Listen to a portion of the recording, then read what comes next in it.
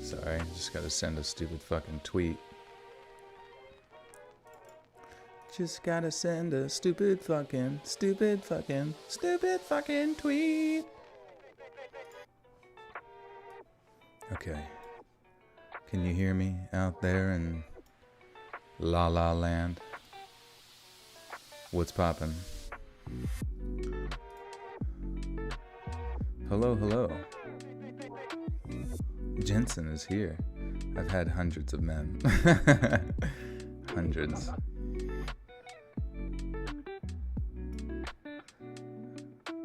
Joel and all. Hey, there's Welks. I haven't seen Welks in forever. How you doing, friendo? Demi, Marco. Fries here, Brooklyn. Venus.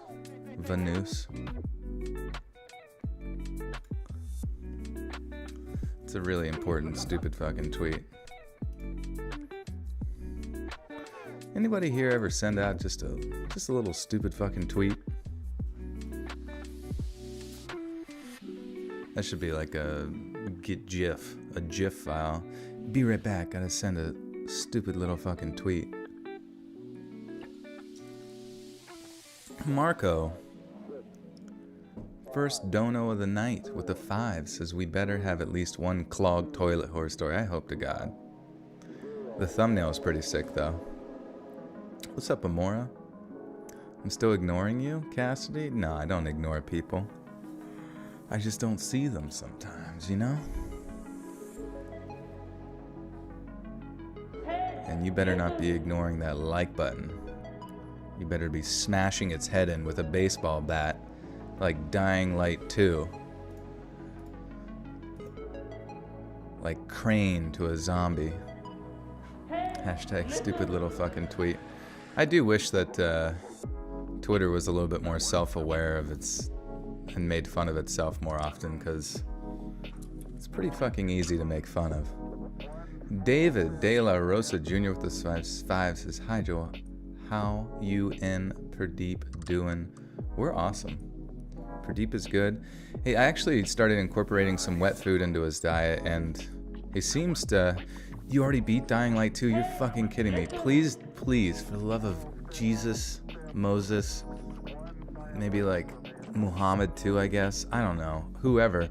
Just please don't fucking spoil anything, or I will ban you. And I'm not even joking. But I also mean that in a respectful way. I just don't want to fucking see any spoilers. I don't want to go into it with any like ideas, you know. I just want to experience a game. I literally have not been excited for a game in so long. Allie with the 5. I need another video like your 9-hour birthday one. Oh shit. Yeah, it's tough on the body. What's up, Carrie?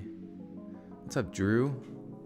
Grandmaster Nix. Never tweeted Facebook, Insta, or really most forms of social media platforms other than YouTube.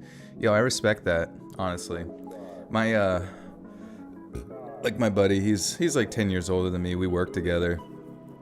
But like he has like teenage daughters, and like he specifically like does not let them have social media because of how much social media contributes to like depression in young people for numerous amounts of reasons. When's my birthday? It's early June.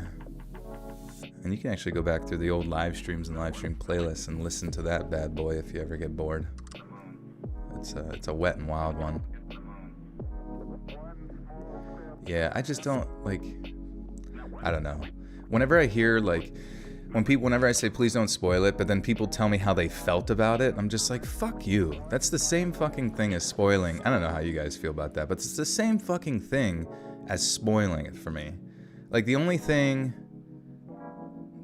that wouldn't be bad to me is just being like, oh my god, so fucking sweet, and then that's it. Just get me hype about it and move on, you know what I mean? Because like, if people like tell me any sort of details or feelings about something, it's like I'm just gonna be ruminating on those stupid thoughts that they had and not having my own like individual experience. What do you think about the graphics? Well, I mean I haven't even, I mean, I've seen videos of it. It looks pretty cool. The first game, like the graphics, I was recently playing through that again. And, oh yeah. Yeah, I was going to ask you guys, I found this version of the beats that I had, and I was going to post them.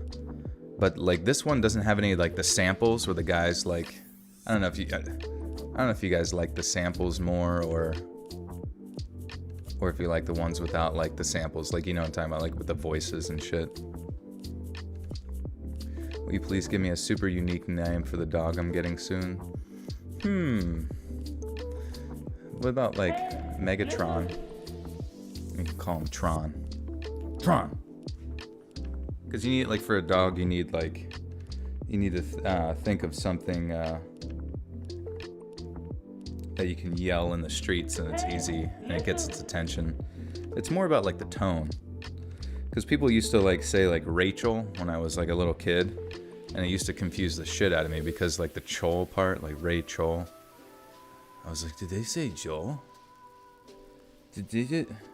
Were they saying Joel?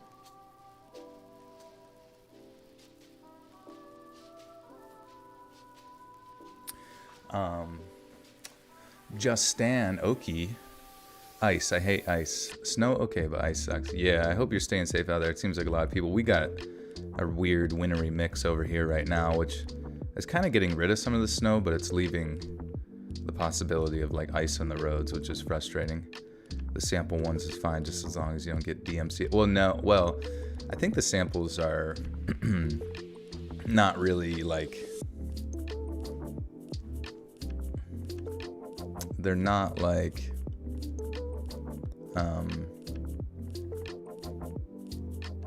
from anything like really too popular or whatever, and they're pretty heavily edited. And I almost feel like with DMCA's, you like, or like I guess you mean like copyright claimed or something. Oh shit! Ooh! Oh my god! Holy shit! Sleepy BB with $100 motherfucking dollars says, I don't know, but I love you all and I hope you're all well. We love you, Sleepy. What are you doing? What do you think you're doing, giving me that much of your hard-earned moolah?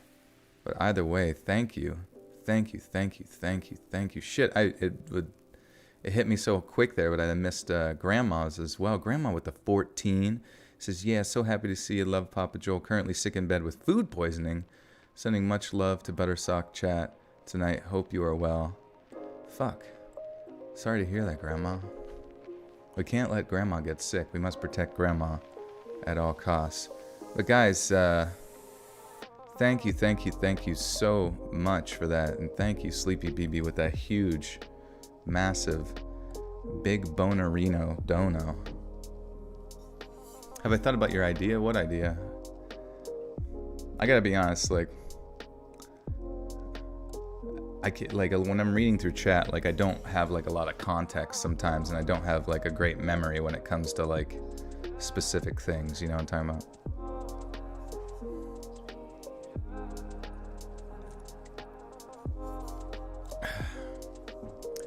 What's my zodiac sign? It's a stop sign. Let's go. Swish. Shibuya. Send you a David Lynch coffee to your P.O. Box bestie. I don't do a P.O. Box. I was actually thinking about that because someone on the last stream was like, you need to do a P.O. Box. I promise not to send you poop. But I know for a fucking fact the first time I open up my first ever P.O. Box package, it's just going to be a bag of shit.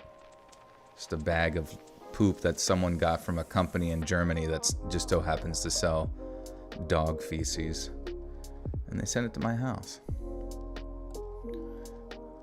Start up a story reading channel seems awesome. Yeah, do it up. Do it up. There's a lot of them popping up. But just enjoy your time. My advice, if you do story, just make sure you get permission for your, permission for your stories, that kind of thing. It'll build as you go as far as, hey, Vixa, how are you? You like the music? Hell yeah. Oh, yeah. Yeah, get permission for stories, Try to, like, master your craft.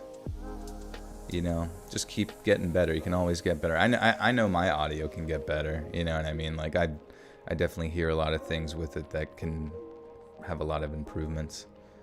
And yeah, collab with as many people as you can in the community. Try not to burn any bridges with anybody. Try to just like stay positive and not be toxic or anything like that. Marco with the 2 says, red flags if they ask you what you're... yeah, my zodiac sign is a red flag. Honestly, when people ask me my zodiac, that's a red flag. Boom, boom, boom, boom. I don't know, I just really hope everyone's doing well and staying safe in the storm if you're in the Midwest, East Side, and just love and appreciate you, Joel, and everyone. Thank you, Sleepy. Thank you.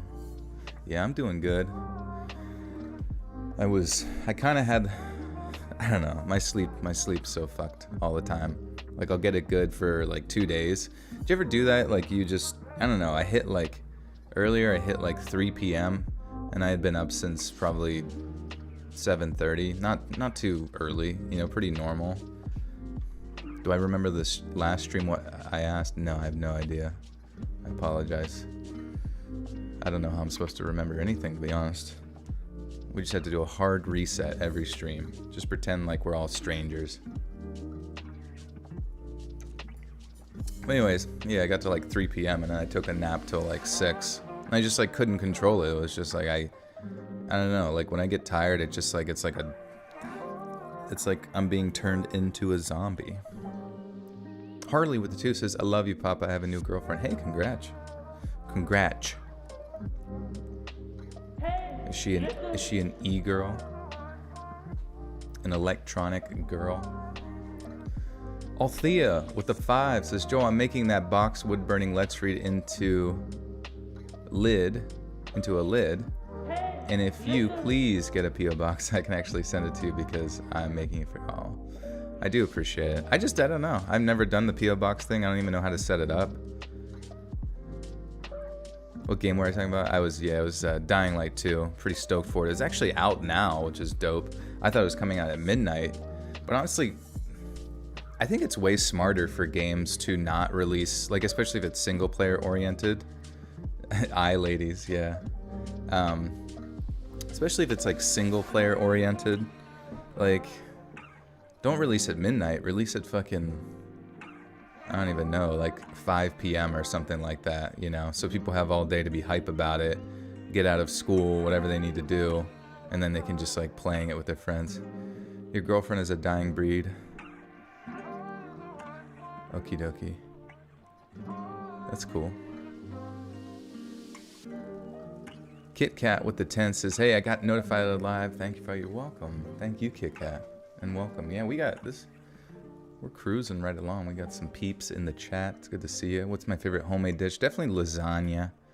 Like fucking Garfield, bro. Hey, listen. Letty with the 3. Hi, thanks for reading, Joel. Thank you, Letty. Always good to see you. You just had to take the trash out and couldn't help but run through a mountain of snow. Other than that, boo, snow. Throwing tomatoes at snow. Get out of here, snow. You suck. Boo. Be your Valentine's. Okay. Alright. Fine. That'd be fun. Oh, that's right. Yeah, during my 3-hour nap, I had the weirdest dream where I don't even know. Like I was like part of an arranged marriage. It was really strange. I was like part of an arranged marriage, and then I was like getting ready all day for my marriage, for my wedding, and then I don't even know. Like I thought I was marrying somebody else, but it turned out to be another person. But that other person, when I eventually saw them, was like some crush I had back in like college, and like but they were like really sad about the whole about getting married to me and stuff. So I just like, it made me feel like a bunch of shit, and then it made me like instantly regret, like, why the fuck am I doing an arranged marriage? This is like really awkward and strange. And so like I just went up, I was like then I had to like try and find her, and it was just, you know, it's like those situations in a dream where like if you see somebody or you meet somebody and you're in an area, like 3 seconds later you're just like in an entirely different area and you're never getting back to where you were before. It was just weird. Like, and then I just like couldn't find her, and we couldn't, because I was just gonna be like, hey, do you just want to like not get married? I don't even know why we're doing it. Were you a pretty bride in the dream? I was beautiful. I was gonna ask her to wear the dress.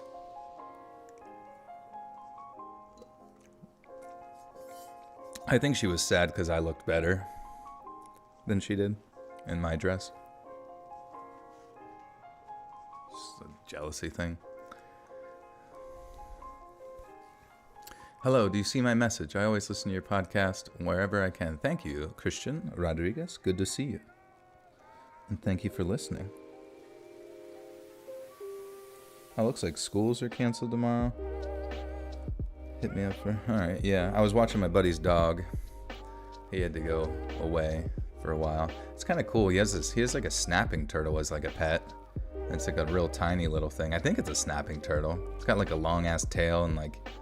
looks like a fucking snapping turtle.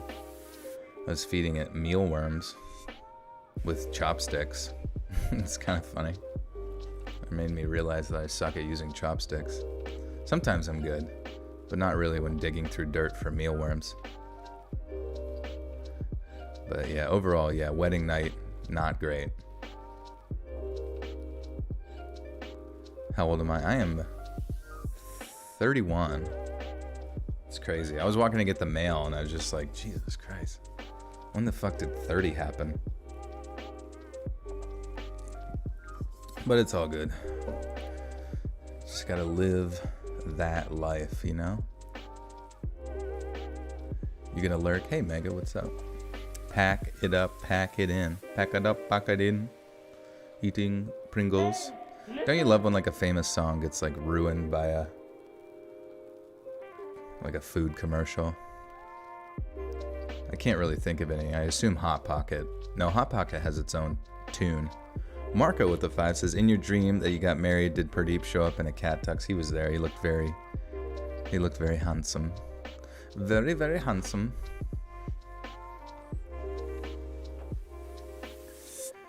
You being old, shake my head. Yeah, it'd be that way. It'd be that way. It don't feel that way though. You know, it's just like, I don't know what the fuck. Because I feel pretty much identical to the person I was at like 24. But at the same time, it's like, I don't really know what I expected to change between then. I guess I'm just better at paying taxes. I'm better at write-offs. Do I like DBZ or any? I was obsessed with Dragon Ball Z back when I was in like 5th and 6th grade, dude. Maybe even 4th grade. I remember being jealous of this one kid because he spoke Spanish, and like whenever he lived in Mexico, he got to fucking watch all these like Dragon Ball Z episodes like way before they were on Cartoon Network and shit. And I'm just like, this is such fucking bullshit. I want to learn fucking Spanish so I can go there just to watch anime on TV. Kim with a 5 says, hey Joel, love the new topic. Going to enjoy this story during the ice storm I'm stuck in. It's Tauntaun on the icy planet of Hoth here. Oh shit. You're gonna have to cut open one of those kangaroos and climb inside. Just like Leonardo DiCaprio. Swampy Dwelly, what's up, buddy? What are you doing, cutie pie? I saw you went to a rock concert last night. Was that sweet? I only went to like one show that had a mosh pit and I got punched in the face. And I was just like instantly like, and it was so funny because the people I went with, they wouldn't go into the mosh pit with me because they knew better. And I should have heeded their advice. I just remember waking up the next day with like my whole side of my face just swollen to shit. It was weird. Amber, thank you. Hey, Micah Washington with a 20. Big one says, my Joel, I'm so excited to make it to a live stream. I missed you. I don't have social media because I feel like people substitute it for real life and miss out IRL. My daughter wants to do TikTok and I had to shut. Yeah, do not. No, I'm not even kidding. Like I said earlier, like my buddy, he keeps and this is up to you, like on your individual parent level. And to me, it kind of seemed a bit much, but like he keeps his teenage, like he told her, like, you can't have social media, you can't have Instagram, TikTok, any of that bullshit. Well, I don't know the specifics, but I just remember like him saying that she couldn't have like a personal page or whatever until she was like 18. And even though that seems like a bit oppressive, in my mind it like made sense, because he's like, listen, like teenage girls and social media just do not mix. It just contributes so much to depression that it's just like not worth their time. What podcast are you doing next? So this, well, the one, at least today we're doing plumber stories. It's gonna be a bunch of horrifically large shits. Do I have a Valentine? Yeah, it's you. It's you. You and your girlfriend broke up. Wait, I thought somebody just got a new girlfriend. Wait, David, did you tell me didn't you tell me that last time you guys broke up? In the last chat? In the last stream? I should watch Invincible or The Boys if you want superheroes not to act like bitches. Wait, Invincible? For some reason when you said that, I was thinking that those are like Matt Damon movies or like Marky Mark movies where they have like a Boston accent, and I was like, are these like police officers? But I heard The Boys, yeah, it was kind of like The Watchmen of sorts. Or maybe I'm wrong. Right, yeah, Harley got a girlfriend. Oh yeah, all these songs are kind of like out of their normal order, which is kind of funny. Am I single? I was, as far as I'm aware, I'll probably have to go to GameStop and purchase a girlfriend. Even had a scary dream in a minute, but I hate it when I'm running from a killer and suddenly I'm running at sloth speed. Yeah, isn't that weird? You're just running. Ooh. Ooh. Oh. Yeah. Holy shit. Another big one from Kashi P in Canada with the $69.99. Let's read. Be my horror Valentine, please. Be my zombie. Also, I won't send you poop. Well, I appreciate the promises. But maybe I'm just saying it because I secretly want it. Maybe it's multiple layers of irony and projection. I just want a nice bag of feces sent to my house. Wouldn't that be so cool? But Kashi, thank you for the 69 Canadian maple syrup doll hairs. And I will be your V-Time, your zombie dad. Do a Chucky impression? Hey, I'm fucking Chucky, and I'm gonna fucking stab you in the goddamn eyeball. Unless you give me that kid so I can fucking possess him and, grow up as a normal person. I forget my motives. But I'm Chucky. There you go. That's the impression. The one and only impression of the day. Alright, we're switching to spooky mode. So get your diapers on. Everybody get your diapies. Because you're going to piss and shit from fear. Because of spooky stories that I read. I'm going to incorporate jump scares into the stories. Where I just suddenly scream out of nowhere. What are the stories tonight? I'm here for about 3 hours and not. Dude, Darlene, did you know that Dying Light 2 is available to play right now? They released it early. Like you can actually play it right motherfucking now. You don't even have to wait till midnight or wherever time zone you're in. We aboard that spaceship to the moon while the asteroid hits Earth. Just in time for spookies.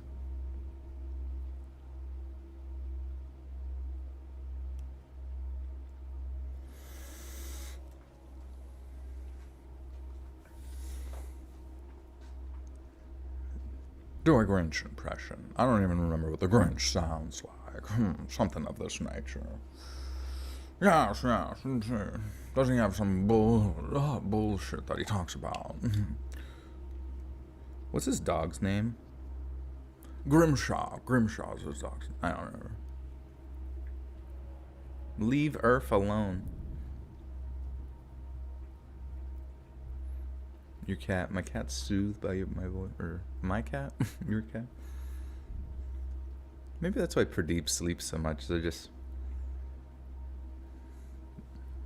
me talking to myself just knocks him right out. Oh, yeah, Max. Let me actually hear his voice. Max! You know what? I'm going to get caught up in impression and just do like a shitty job. But anyways, here's the Grinch voice.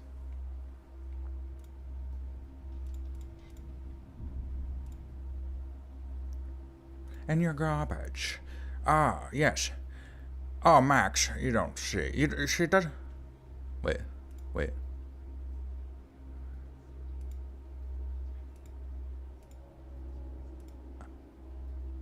Jazzercise. Yes, that sounds good to me.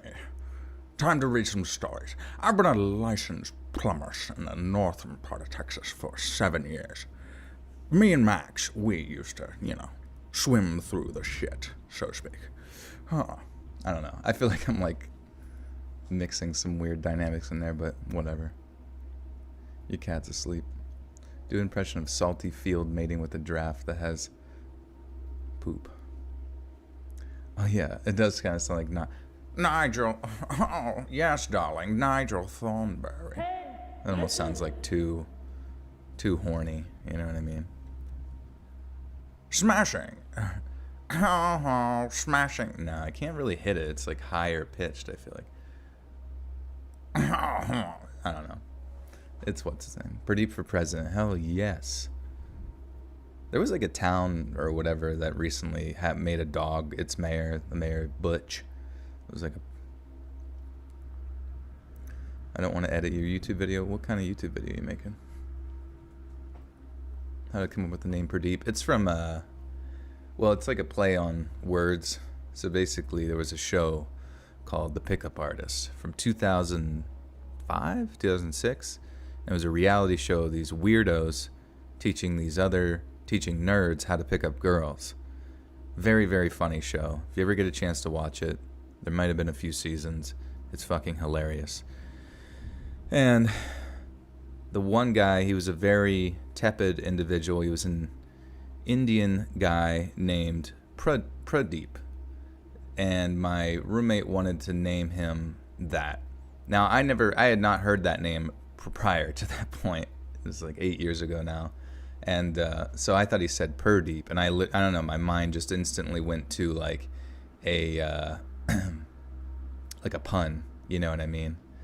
And then I was the one that paid for all of his vet bills and shit like that. So like when I took him there to like officially get him, logged in the book of cats, they have a big scroll that they write cat names on. That's what they wrote down, or that's what I wrote down, and that's just been his name forever.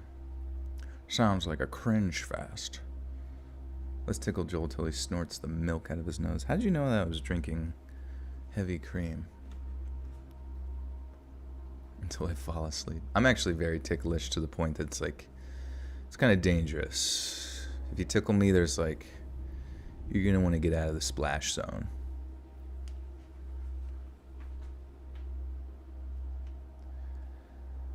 I've been a licensed plumber in the northern part of Texas for 7 years. We too have our share of awful weather, just like most of America. Each year I spend a lot of time and effort dealing with the damage done by it. This upcoming February marks a year since we had the worst winter weather event, certainly in my lifetime, maybe even longer. I'm sure even you Yankees in New York saw something about it on the news.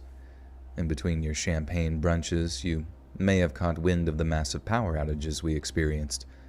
This whole frozen windmills narrative. As you might imagine, these outages caused the citizens to lose vital things like heating to their homes. Because the freeze lasted almost a week, more in some places, pipes froze and burst. Imagine already freezing inside your house only to have freezing water soak you and everything around you. Things were so bad, and many people actually died. Although I never want what occurred to be forgotten or be repeated, I'm not here to lay blame or suggest a fix. Rather, my purpose is to convey a few of the things I saw in the wake of that disaster. My first memory happened just as the freeze was beginning to end. I'd been bouncing around the country tackling problems great and small. I think it was Friday before I made it to this specific customer. My task was to repair the pipes already damaged and weatherproof them to the best of my ability. The pipes were located in a built-on laundry room at the back of the house. I had no reason to believe the job would be other than routine. You could tell the residents had been suffering. Everyone living there, about 5, were packed together in a small room huddled near a small gas heater. The man of the house led me around back. I entered and instantly noticed a quilt wrapped around a human-shaped object resting on top of a chest freezer. My curiosity was piqued, but I held my tongue. I don't know if he noticed me looking or what, but he explained what I was seeing. And to my horror, I listened as this guy tells me how his elderly mother had passed 2 nights prior in her sleep. The sun porch was the only place they could store her body until the medical examiner could arrive. I was disgusted and saddened at the same time. My only option would be to do my job as fast as possible and just get out of there. I took a moment to express my condolences and then got to work. I probably didn't do a stellar job, but it would be good enough for the time being. Thinking about it still blows my mind. Nobody in 21st America. 21st America. I assume they meant 21st century. 5 years. That's a long time for listening. Thank you. Feels like a repeat of last February. The pipe's already frozen. If power goes out, there goes the heat. I'll freeze to death.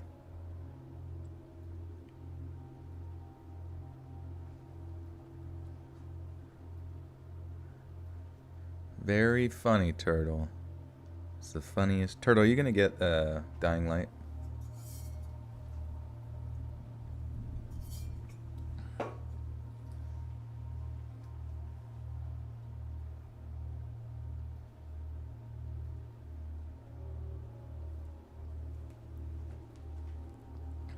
What's up, Jessica? It's already a sad story out the gate. I never know what kind of stories to start with because I never want to ruin people's moods, you know what I mean? As they listen to the stories, but IDK. I Dick K. Where do I live? Have you checked under your bed or in your closet?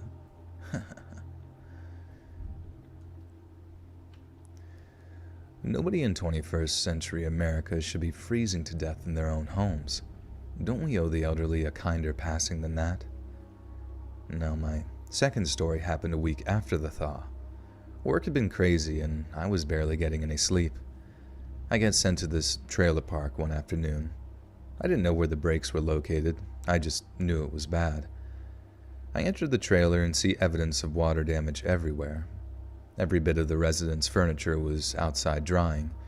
He said the water was ankle deep in some places. I walk normally into the kitchen and the floor gives way all of a sudden. In less than a second, I find myself crotch deep through the floor. Just the right leg, though, leaving me laying sideways. And a great amount of... Oops. I'm in the closet. Just the right leg, though, leaving me laying sideways in a great amount of pain. The residents ran over and helped me pull my leg out, and the pain was now agonizing. Then they called 911 and I get a ride to the ER. After all was said and done, I was left with a huge bill and a broken ankle, along with 2 repaired knee ligaments. Fortunately, I have an amazing employer who covered the bills since it happened on the clock. The 6 weeks off were rejuvenating, but it wasn't exactly the way I'd envisioned my vacation. I've got a few more stories, but I guess I'll save them for later. In the meantime, chew on this. Next time you curse your home and it's cold weather and think about moving south, remember, Even the great state of Texas has its share of miserable weather. Just keep us in your prayers, and let's hope nothing like last year ever happens again. I feel like we're kind of jinxing it with this story. I almost feel like this is like a bad omen. But I did see, yeah, Texas is already getting some snow. The snowpocalypse. The snowpocalypse.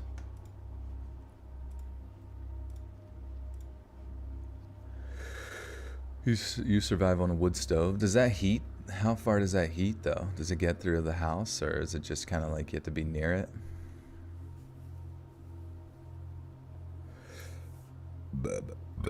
Sorry. 20 in Texas? Damn, bro. Welcome to my world every fucking day. But at the same time, yeah, if you guys aren't prepared for... Do a Spooky Rice YouTuber impression? Who's Spooky Rice? I never heard of him.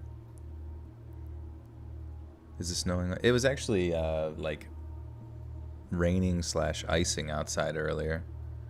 Shooting hot, sticky icing.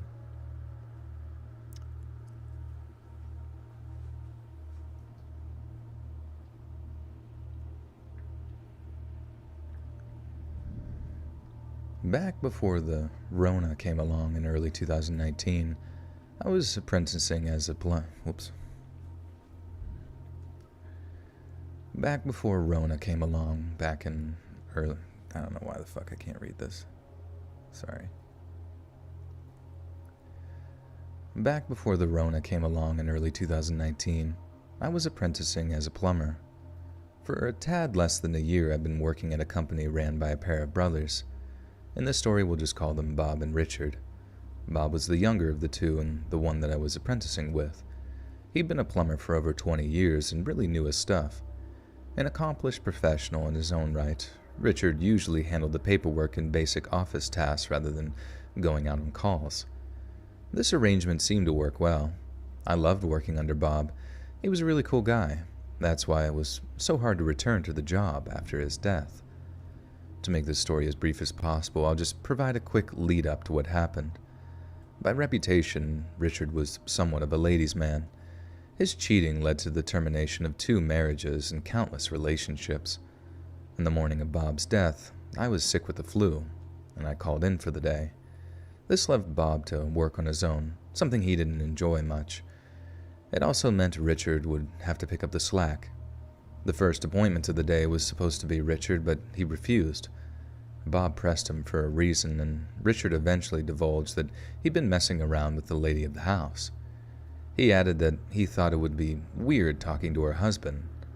Bob was irked, but ultimately agreed to swap places.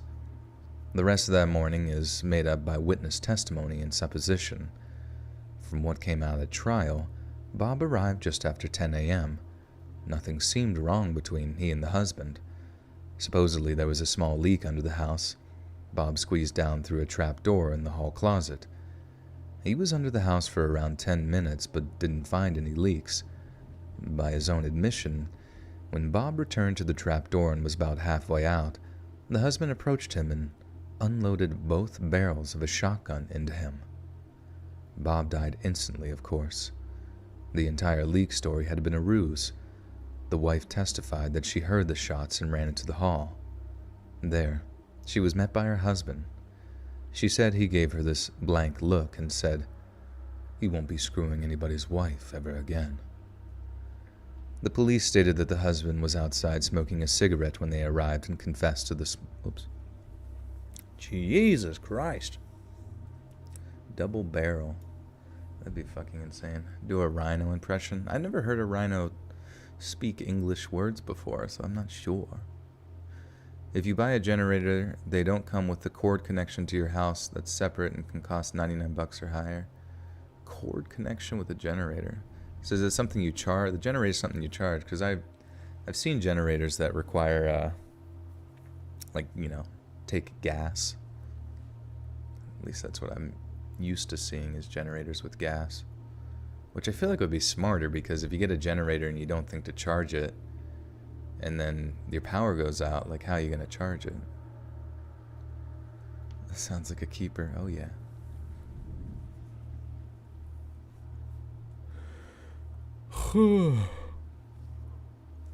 Oh no, it's a me scary stories. You just got a new tiny Jenny for your house, $208, best decision. That's cool. How much snow did you get?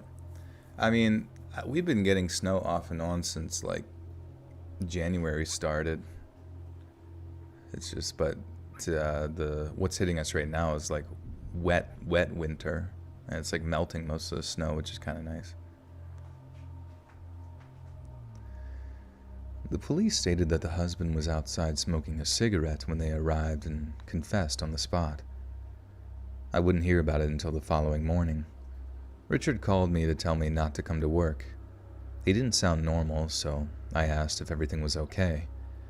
In a very matter-of-fact voice, he told me that Bob had been killed the day before. He was obviously in shock when I spoke to him. I had so many questions, but I didn't know where to start. I asked if I could speak to Bonnie, our secretary, and he agreed and handed the phone to her. I asked her calmly about what happened, and she only knew the basics. Bob had gone to a job and the customer shot and killed him. That's all we'd know for some time. The business would remain closed until after the funeral. I would become apprenticed to Richard, who was now the sole plumber at the business. I could tell his heart really wasn't into his work now. I too didn't really want to be there.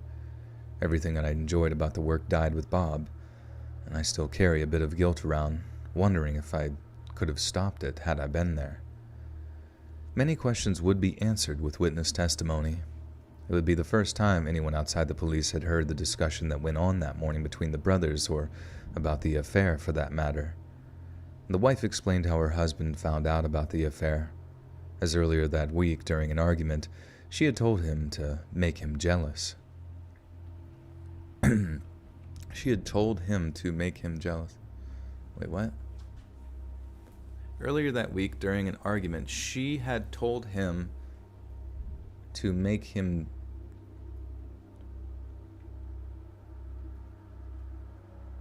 She had told him to make him jealous. I'm confused.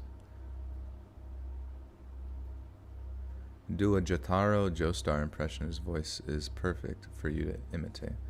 Jotaro Jotar. What the hell's that? Is that some type of anime? Some type of cartoon? Hey, Linz, welcome back. Member for 2 months. Thank you, Joel and fellow Buttersakians. This has been a great adventure, and I truly appreciate your content and wonderful followers. Thank you, Linz. Glad to have you. I appreciate it. Also, if you were not aware, anybody who's a member, there is bonus content out there, newer bonus content with Glitch in the Matrix stories you can check out. I'm thinking I gotta get the music. I keep saying it. Maybe I just gotta do it. Get the pre-stream music. And Judith, welcome back. A member for 20 months of the Buttersock Cult. Welcome back. What is it? Jotaro what? Jotaro... I don't know, just voice. Oh, it's from that anime. Oh. Well, I don't know if I can, because it seems English. Voice actor.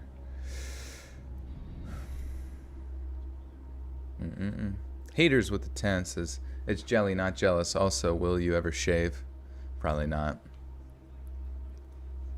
You have to pay for a membership monthly, or is it a one-time deal?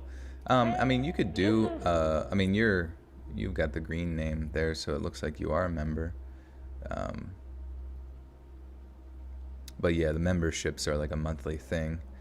And that just means that you can have access to, but you know, if you wanted to wait a few months and then become a member, you would have like backlog access to all that stuff. You downloaded Chilling. Any stories you recommend? I don't know, like specifically what to recommend. I did one with the H.P. Lovecraft. I just kind of like the dictation that my voice sort of like takes on when I read like an old classical reading, because it just feels, I don't know, my voice almost feels more keen towards like you know, classical stuff. It just that has like more vocabulary to it. It just feels as if though it's like flowing, you know, like it's dancing, the dance of my people. If you had to give a pizza or pasta, which would it be? Well, I've recently, for the past 5 days, just been eating meat, trying to do the carnivore diet until March and see how it's going. So far, it's not terrible. It's just kind of boring as shit. David with the 2 says, do you have any tattoos? I do. On my lower back, just above my butt crack, it says, abandon all hope, ye who enter here. Hey, listen.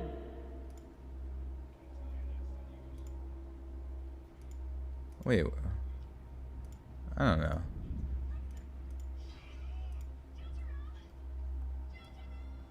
I don't even know if this scene has... Shut up. I don't fucking know. I just... people tell me to do voices and I have no fucking clue who the characters are at all. Shut up. Get out of my face, you bitch. That's all he said in the video. And it was like way at the end. I'm the tramp stamp king, baby. I get it renewed. Hey, listen. Here's some Edgar Allan Poe. I feel like I did read some Edgar Allan Poe on Chilling at some point, or potentially on my channel in the past. I don't recall. Some good lore tonight. Yeah, we're digging into my past. Hey, Nicole with the 5s found out yesterday that we're having a little girl. Her name is Joella, or Joelle, or is it Joella? My dad's middle name is Joel, and my husband lost a cousin named... Oh, I'm sorry to hear that. But I am very excited that you're having a little girl. That's so awesome. Congrats. Congratulations. Seems like a lot of people are having the babies.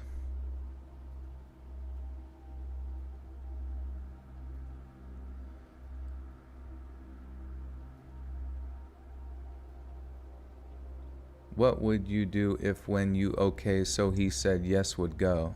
What the fuck? What are you even typing? Oh, you're spamming. Now you get put on timeout. I can't even like, I don't even know, trying to moderate the chat's annoying sometimes. It's like moving. And it's hard to like line up the thing. And Marco with the 5 says, would you read some classic literature stories for members only? Well, the thing is, I just don't really have like the rights of the stories, you know, and I don't know like the legality behind it, so that's kind of why I avoid doing it on the channel anymore. I just don't know, like, unless there was some that were like open access, or what do they call it? Joel ever do a meet and greet? You know, I never did. Only thing I went to was VidCon one time, and I met somebody. Well, it was funny, like it was like a mom and her daughter, and it had like a thing that said, like a sign that said free hugs. And it was funny, and I was like, oh, free hugs, let's go. And like, then I just like talked to them for a little bit, and then they had subscribed to Lazy Masquerade and Be Busta, but they had never heard of my channel. So I thought that was just like really coincidental. Just copyright my voice. I know, I should do it before it gets turned into like AI, you know what I mean? Because I feel like in the future, AI like voice acting is going to get really good, and then they're just going to start stealing people's voices off the internet to use for stuff, and then they're just going to be like, well, we own your voice. It's us, Monsanto. We do voice acting now, AI related.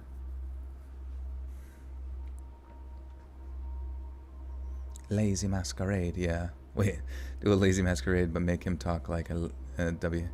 I would just say, watch out, watch out, watch out. Off the high, here he comes, off the high bar. He's about to do a DMT stinger. Ladies and gentlemen, that is Stone Cold Steve Austin. And he's drinking beer on the stage. Bit strange, bit strange. Someone made a parody channel called Nilla. I don't know who that is. But from an AI, so already happens. Nice. Hey, Brob, what's up, big doggy? Are you playing Dai Hing Height? Many questions would be answered with witness testimony. It would be the first time anyone outside the police had heard the discussion that went on that morning between the brothers, or about the affair for that matter. The wife explained how her husband found out about the affair, as earlier that week, during an argument, she had told him to make him jealous. Oh, maybe she had told him she'd make him. As earlier that week, during an argument, she had told him that she would make him jealous. She claimed she'd never thought he would turn violent. The defense claimed temporary insanity. Lupe with the 5 says, finally get to catch a live. Keep up the great work. Stay safe. Thank you, Lupe. Thank you. Have you seen Snowpiercer? No, what's that? I was only subscribed to Corpse, but I unsubbed because he doesn't upload anymore, and now I'm only subbed to Joel. Welcome. If Corpse doesn't want to do scary stories, I shall fill the void. He's a gamer, bro. You just gotta let him game. Take a shot when Joel mentions Dying Light. Dying Light. Just kidding. Please take care of your bodies.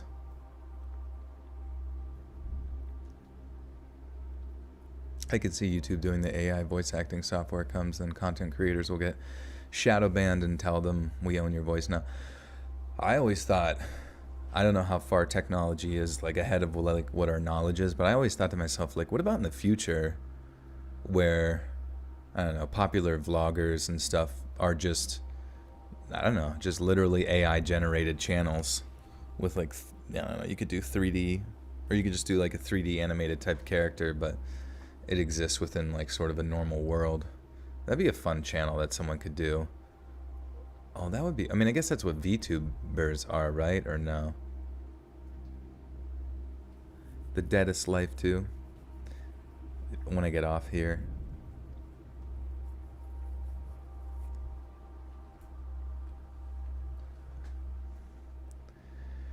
The defense claimed temporary insanity. Very few in the area bought this excuse, though.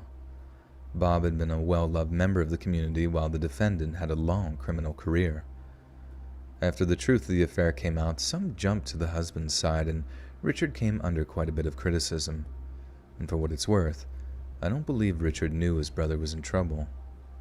The husband had assumed he'd killed the right brother until told otherwise.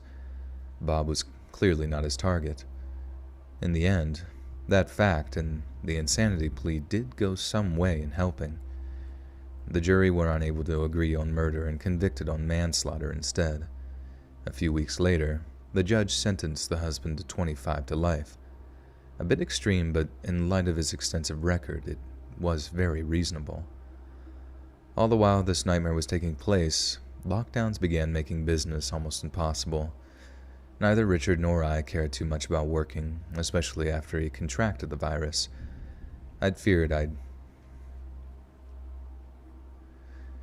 Neither Richard nor I cared too much about working, especially after he contracted it, and I feared that I'd lose another friend, as he remained in the hospital for a week.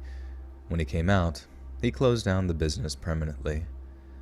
I've considered apprenticing with somebody else, but without Bob, plumbing isn't as interesting as it once was. For now, I'm not sure what the future holds for me. I'm getting by with dead-end jobs for now. No matter what I choose, striving to be my best should be my goal. That was Bob's favorite mantra. I owe it to him to carry that with me now, wherever I go. Sad stories tonight, baby. That's also very sad. So wait, the one guy was having an affair with the wife, but then the other brother went to do the job and got shot, like wrongfully shot?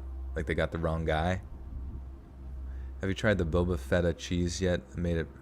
It's made from Bantha Poodoo. No, I haven't tried it.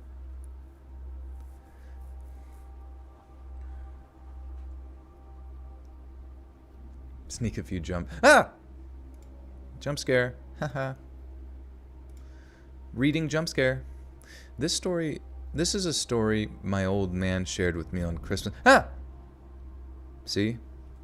That's what you guys are going to have to get used to. You're going to have to get used to a scream every 3 seconds.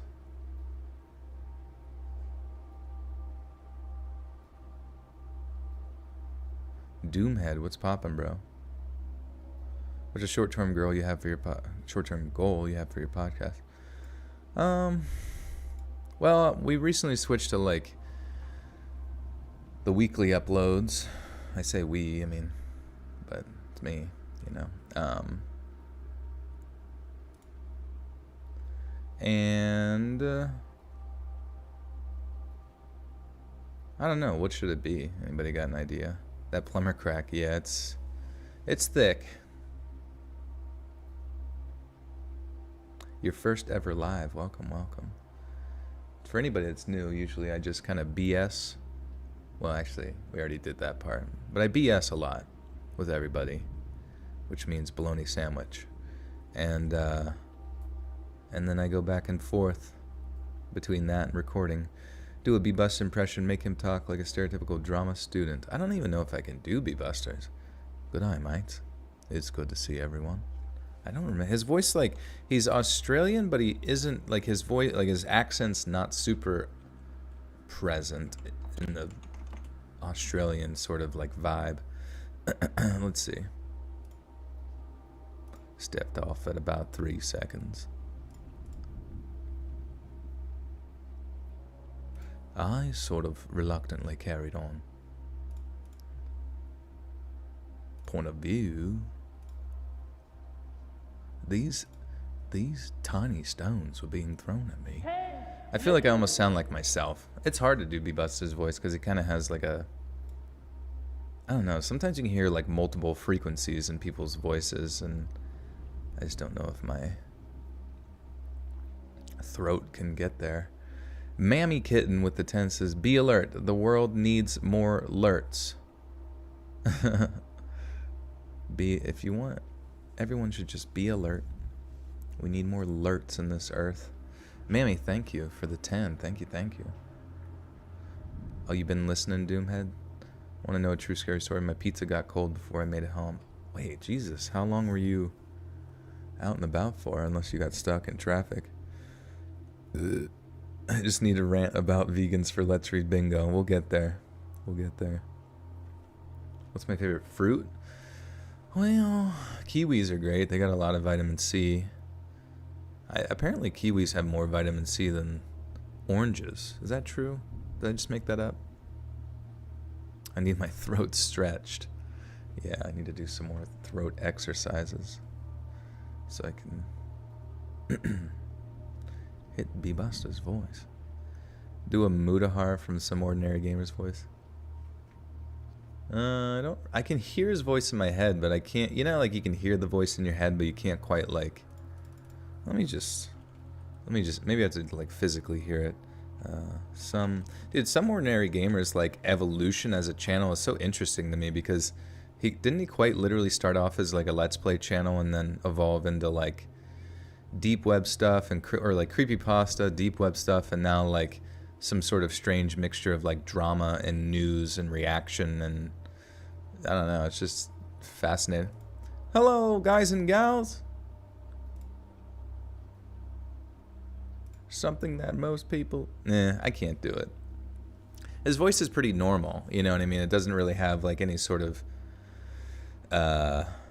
hyper characterization to it, so it's kind of hard to like, I don't know, it's hard to like imitate someone's like completely normal voice, you know?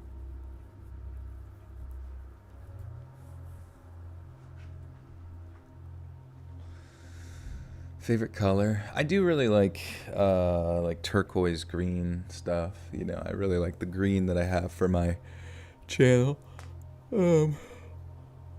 But I don't know if I would ever paint anything in my living quarters green, you know? Maybe. Could you ever see one of your rooms being green? Maybe like a forest green. Forest green's like not too in your face. Blame it on George. Always something creepy. Yeah, blame it on George. I can't. I like hear. I know his voice. I've heard him like 1,000 times, but I just like. I don't know. There's some voices I'm just like better geared towards imitating, and some of them I just can't. Doing a Pradeep impression. I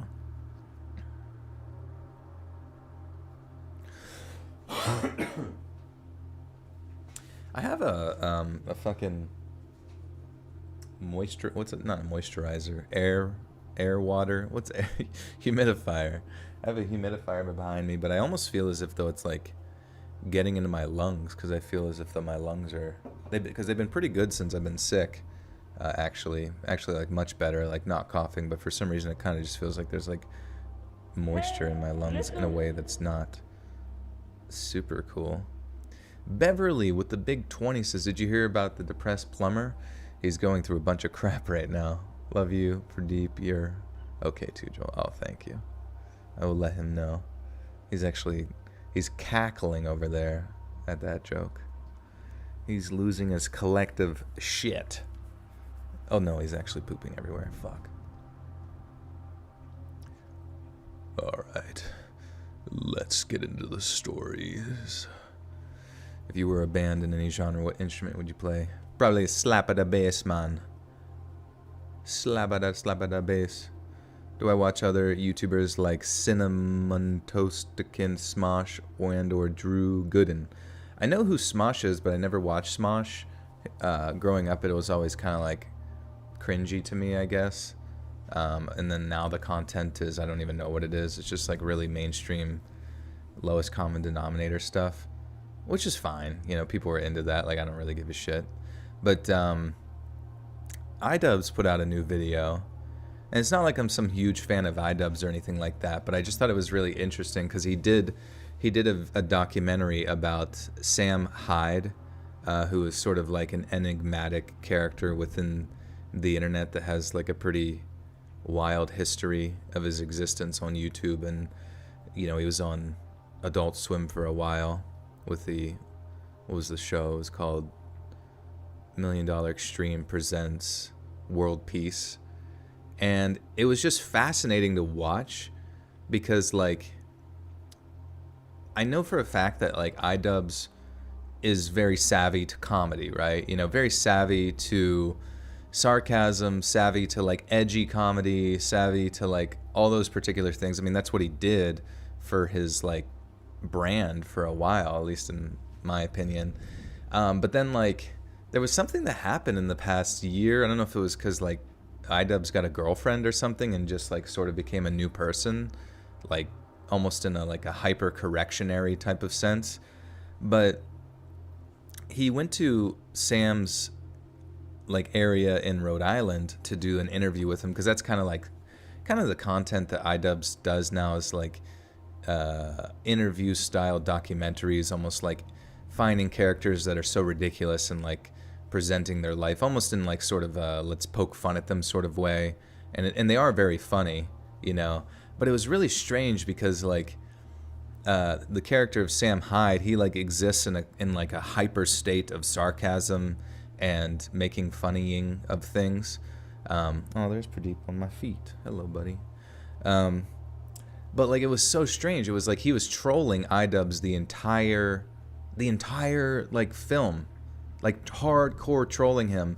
And it just like, it was baffling to me that iDubbbz was like incapable of recognizing the serious aspect between the sarcasm and stuff, which the whole thing was, I mean, so maybe that was the confusing part, was he just like, but it was hilarious because basically, I mean, I don't want to ruin it for you if you ever go to iDubbbz's channel. It's a great documentary. It's like an hour long. It's like hilarious the entire time. But so, you know, I'll watch random shit. Like I was kind of excited to watch Red Letter Media's review of what's it called, Total Recall, because Total Recall is like such a fucking good movie. I should end the outro with Beavis' voice. I need teepee for my bunghole. I am Cornholio. Favorite Toonami or Adult Swim show? I don't know. It's been a while since I've watched it, honestly. But I've seen a lot of their shows. Some are hit and miss, you know, but they're usually pretty wild and out there. Do I watch Squid Game during the whole? I did watch Squid Game and get to see it, but I did call the twist at the end like way ahead of time because you've seen it like 100 times. Do I like fish jokes just for the halibut? Bass is top tier. I just like the sound of bass. There's this one band, the Flaming Lips. One of my favorite albums of theirs is Yoshimi battles the Pink Robots, and then let's see, Flaming Lips, and then the song is it's like 3,000 another robot. I forget what the fuck it's called. Let me find it. Okay, so it's the Flaming Lips, One More Robot / Sympathy 3021. And it has like just this like fucking, the whole song is just like led by like really, really deep bass. And I'm like, this is amazing, dude. I fucking love this song. I don't know, any songs that can like incorporate like heavy sort of rhythmic bass into their shit. There's something different about that, you know what I mean?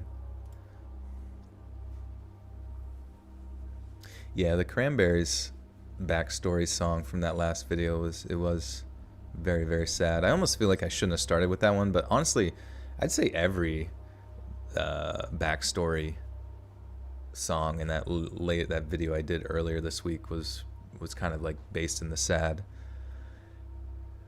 The company where I did my internship told me they want to hire me for a developer position. Finally, Job Hunt has always put me on. Nice, dude. That's awesome. Congratulations. Can you explain to me how Squid Game got to be so ultra super popular? I mean, it's pretty much Hunger Games or a battle royale without the children, right? Yeah, I thought about that too. Like, and that's why I kind of come to the conclusion it was just like perfect timing. You know what I mean? It was something people needed because there's not a lot of good content out there right now. Whether people like, there's so much stuff within like Hollywood that sort of holds back entertainment for the past like 4 years or 5 years or something like that. A lot of like hyper mixing of sort of like superficial politics mixed with like, I don't know, bad writing. You know, there's just a lot of things in like modern Hollywood now that I think people are kind of like getting bored of what's being sort of presented to them, because like if you look at Netflix, they do a good job with shows sometimes, but then there's other times where they purchase the rights to a show that's just kind of like they just throw the money everywhere, and they're like, I don't care if it's dog shit, like something's gonna stick. And I think there was something about Hunger Games that was like, because obviously like anime is kind of like taken off, like, you know, even 10 years ago, like when I tell people I watched anime and stuff like that, like it was popular, but it wasn't as popular as it now, where almost like every single fucking like younger person you meet loves anime. So it's has grown up with it, you know. And like I almost feel like it had that kind of like style of a story, and I don't know, it was just kind of just like simplistic mixed with like a little bit of drama mixed with the violence, and it was just good timing, really. I don't know, maybe good marketing, who fucking knows. But once it took off in like the sort of mimetic sense, you know, that pretty much sells. It's free real estate, free advertising. You watch anime? I did when I was 10 years ago. What a nerd this guy is. Look at that. My mods, dude, they just like, it's like mutiny every fucking stream. You bet the new Rotos Attack the Titan. I thought it was Attack Around Titan. Attack in and or around Titan. What do older people watch? I don't know, bro. Like everything, just like, I don't even really watch shit anymore. I just close my eyes and I just like, eventually like a podcast will just start in my head between two people that you guys don't even know exists. You know, they'll just talk about stuff like how they just came into existence, now it's terrifying, and how the one guy has to piss really bad, but like there's no bathroom, and he's doesn't want to like just do it in the corner again because it's starting to stink. You know, stuff like that. Just hallucinations. That's me. That's what when you get older, you just make up hallucinations in your head. You still watch anime as an adult? Some shows actually have. No, I do. I just don't watch anything. Like I don't like I'll play video games. I'll listen to like I like to listen to just like people talk about stuff. That's why I like podcasts. I like listening to audiobooks. But mainly as just sort of like a background thing while I do other stuff. Where I'm going to the store, I'm going to get coffee, I'm cleaning around the house, just like, yeah. As you get older, like entertainment starts to fall off and you just get schizophrenia. Like, that's fine, dude. It's normal. Don't demonize me, bro. You're never going to watch Attack on Titan? I mean, I remember I only really made it like 3 episodes into it. I'm like, damn, this is very, very anime. Squawk? Wait, is Brob Squawk too? Yeah, audiobooks while you paint. That sounds nice. Favorite audiobook recommendations? No, I don't, honestly.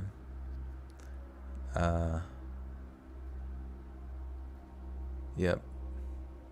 Just don't listen to any of them on it. Don't even put your headphones in. Just listen to this right here. This is a story my old man shared with me one Christmas holiday over some beers. He's since passed, so I can't find out anymore, and this will have to do. Dad became a plumber after his service in Vietnam. He bummed around for a few years, not really sure what to do. He even chased a dream of being in the Ned.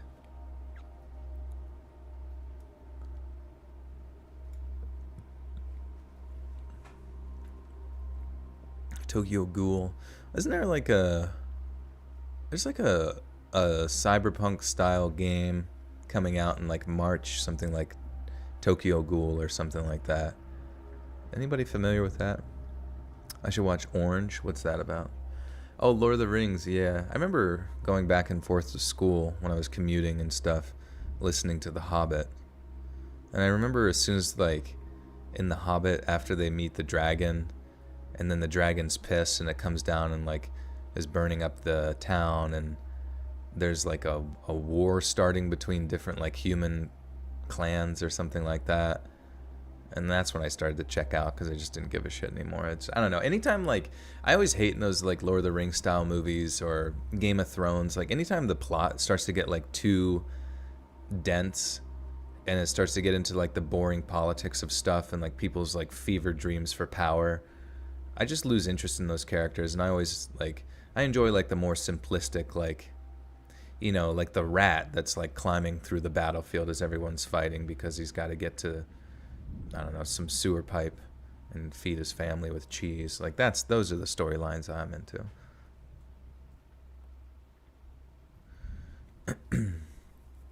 Isn't Tokyo Ghoul an anime? I have no clue. He even chased a dream of being in the next Led Zeppelin, and that went nowhere, sadly. After that, and hundreds of other schemes fell through, he returned home and apprenticed under his father. Some point in there, he met my mom and they got married. I was born in 1977, and he took over the business when his dad died around 2000. That's just the basics, though. It's what happened on one specific call that I'm here to talk about. His job was to locate the source of a leak. He arrived at the location and briefly spoke to the homeowner, a retired widow, then went to work. The house was the type with a crawl space, and my dad hated crawl spaces. They're hard to move in and can be especially dirty. A lot of plumbers claim they got fat just so they wouldn't have to mess with them. Dad was unfortunately not obese and couldn't afford to turn down the job.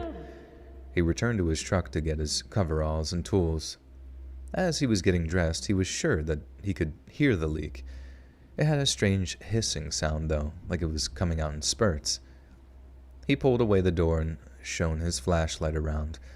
In the area under the bathroom was an old fruit box. A puddle of water was leaking out from under it, and satisfied that he had found the source of the leak, he crawled under the house and made his way toward the box. He reached it and began to pull it away, and a loud hissing noise came from inside. He thought the box was hung up on the pipe and water was spraying out when he pulled on it. He was going to have to replace the pipes anyways, so he yanked on the box as hard as he could. The box came away, and something seemed to fall out of it. Now the hissing noise got even louder, but there was no spray of water. To get a better look, he grabbed the flashlight and pointed it in the direction of the noise. The pipe was indeed broken and leaking quite bad, but it was the massive snake that got his attention. Its long, shining body was Its long, shiny body. Oh, you saw my comment on the new iDoves doc. What did I think of it? Yeah, I was just talking about it earlier. I thought it was great. I thought it was like, wait, actually, KitKat, thank you for the 5. Hitting the hey, Joel. Hope you have a good night. So glad I could be a part of this live. Thank you, KitKat, for being here. Appreciate you always. Thank you. And sleep tight. But yeah, like I said, the iDoves documentary was great. I thought it was hilarious, but I was just baffled. Like, I really was baffled at what has sort of become of iDoves. Like, he seems to have completely forgotten his past and how he was as like sort of an edgy edgelord who was mixed in with what's the one guy's name, like something Max Mofo, and then whoever Joji. Remember Joji used to be like Filthy Frank. Like, he was part of that crew, that trifecta, you know, the holy trinity of just edgelords. And and it's like you see him interact with Sam in that documentary, and it's like he's asking Sam why he's being so inflammatory, why he's so ridiculous, or, you know, it's like he's trying to like psychologically work Sam through this line of thought, but like at the same time has no fucking clue that Sam is just like trolling him the entire time as he's there. And it's like a piece of art. It really, really is. No, it's not Mama Max. I think it's Max Mofo. I know who Mama Max is, though. But I don't know. It's just like I don't want to like talk shit or anything, but there really was like a complete like shift of like mental character once he started dating whoever that chick is, and that's the only way I can like see the transition of him, of there being something where they started dating and he just changed his personality to sort of like either appease her, and subconsciously in his mind he's like, yes, this is what I must do, or, you know, but it's just very, very weird. You saw Joji in NYC back in November. It was so, man, that's cool. Sam who? It was a guy named Sam Hyde. He was like a very edgy YouTube comedian for a while. I think he's been banned from multiple accounts for who the fuck knows, numerous stuff. How many stories tonight? I think there's 7. We're on story 3. It's the Adpocalypse's fault. You know, that's a good point too. But it was really strange. Yeah, H3 went the same way once they started getting heavy invested in their podcast as well.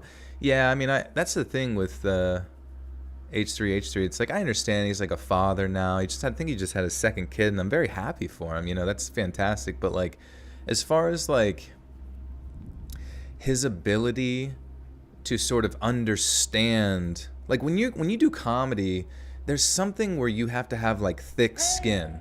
Things don't upset you as much. You know, you don't get hurt by stuff. You know what I mean? And like, when I start to see comedians get offended by things, get hurt by things, get frustrated with things, but like not have but they attack it so on the nose that there's no nuance to their conversation. There's no like sort of ability to sort of comedically present something external from like entertaining their like sort of circle jerk of friends.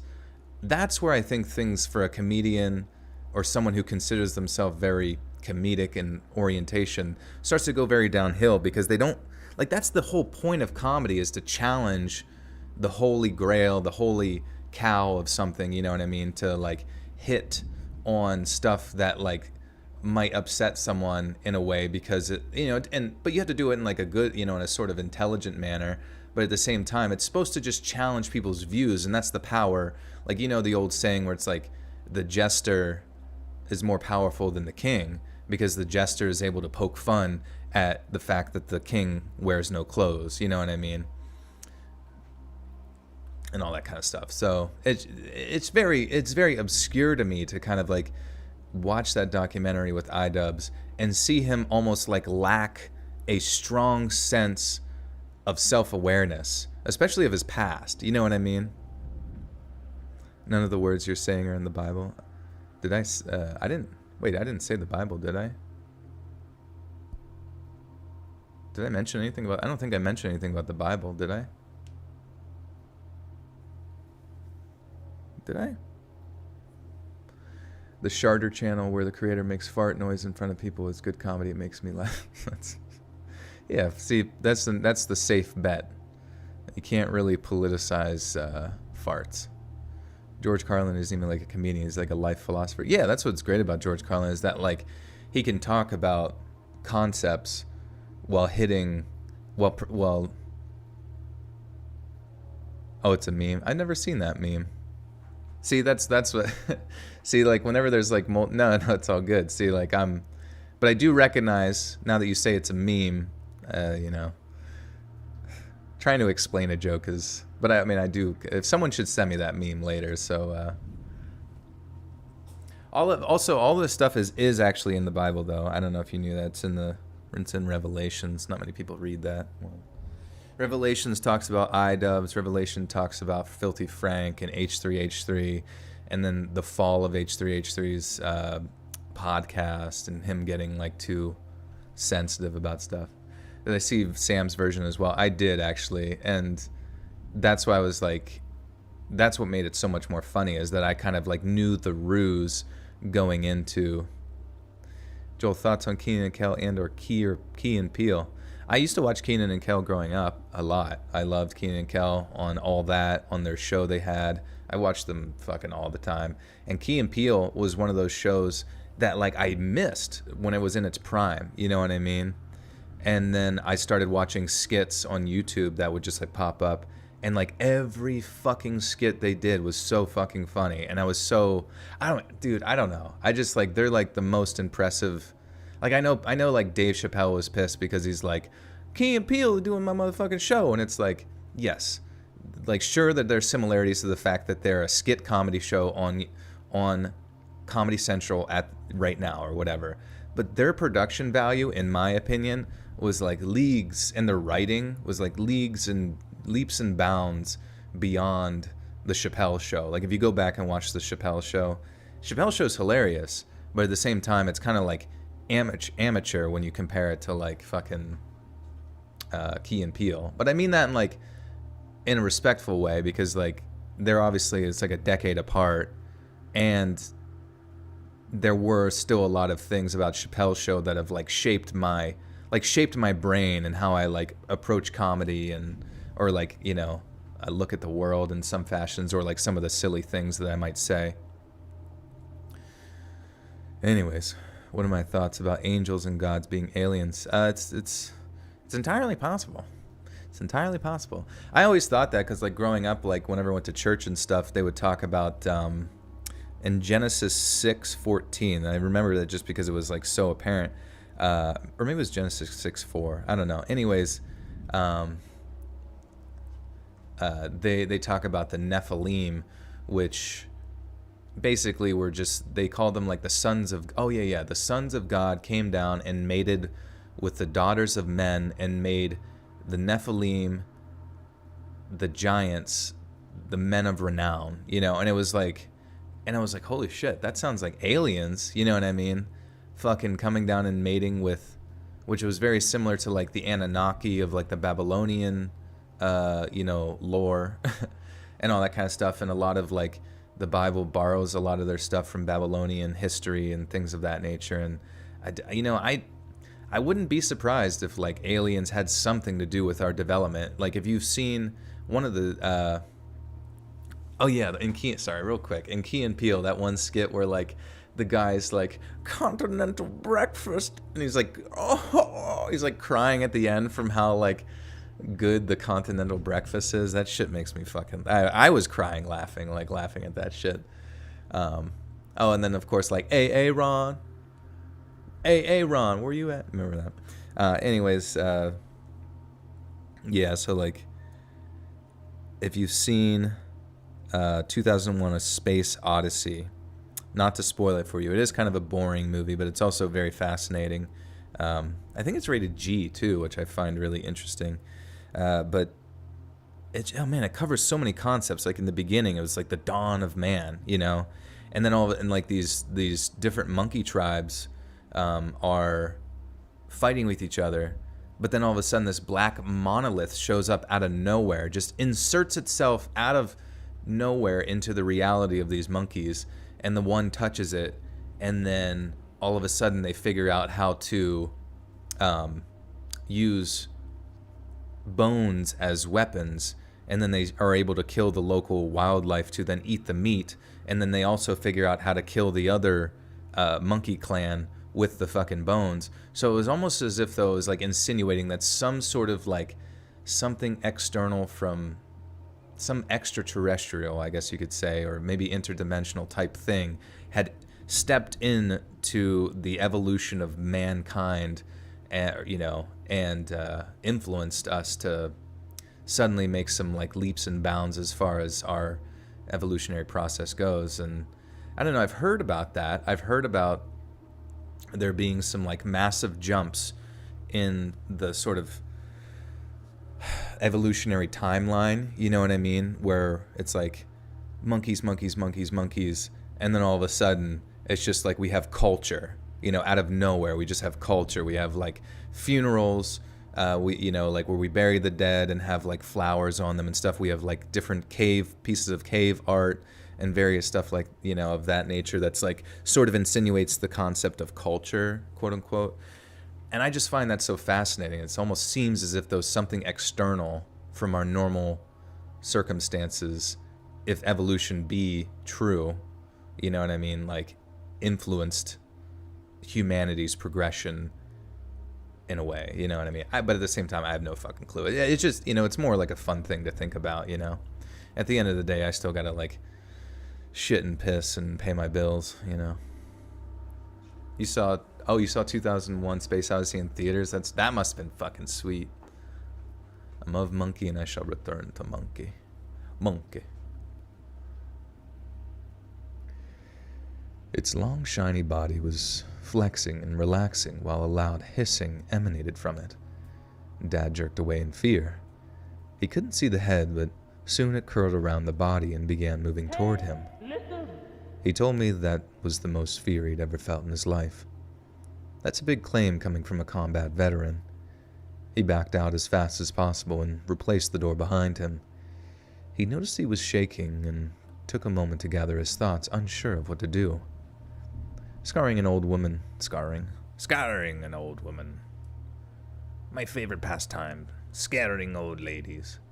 Do a gorilla impression. Justin Case with a 5 says, talking philosophical, but we know the real philosophical question. Is a hot dog a sandwich? Also, some found footage stories would be awesome, if possible. That actually would be dope. I don't even know where I would start with that, but that would be pretty dope. I feel like I'd have to I feel like it might have been done to death at this point. We'll have to do hot dog sandwich stories. Majority of the ideas that the Lakota tribe gained were gained during the time when Christian missionaries taught them about it. Yeah, that's one of the saddest things I think about history in regards to the Native American tribes, is that a lot of them passed their traditions down not by written history but by verbal, which was also, I guess, common. Wasn't that common like early Hebrew culture as well or something?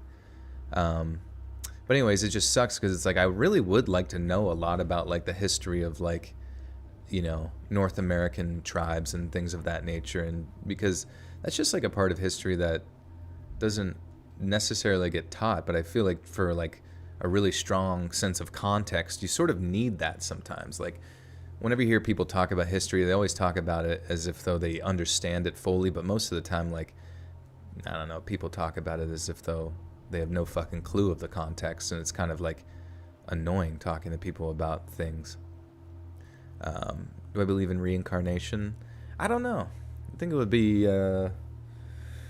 possible. Like I talked about before, this one game called Rain World, where you play as a slug cat. It's a very fun indie game, but it's very difficult. It's like a survival game pretty much, and trying to find your way through the different places. But like, I watched a video that went into the lore about it, and like, they have reincarnation in that game, but it's like, it's more from a sense of like energy, almost like the earth itself is or like the planet that they live on is recycling the energy of living creatures into other living creatures, and through some sort of like utilization of like the heavy rain that exists on the earth, or they created heavy rain to like harness the energy and pressure for their machines. They were able to like make it so that certain souls wouldn't have to be reincarnated, under the interpretation that they could escape the endless cycle of like life and death, you know what I mean? But they ended up getting stuck in some sort of like painful limbo, you know what I mean?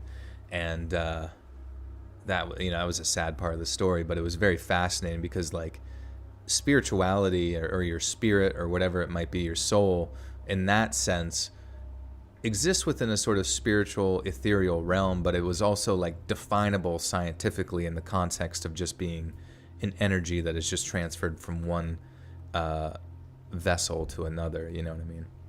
You'd be reincarnated as a mouse and Pradeep would be a cat again. Yeah, Pradeep would probably be a cat again because he's just so good at it. He's kind of peaked, I think, as far as goodness goes. If you go and look at the scientists, they're all freaking out monitoring the 3 sister volcanoes. Oh, really? Where's that at?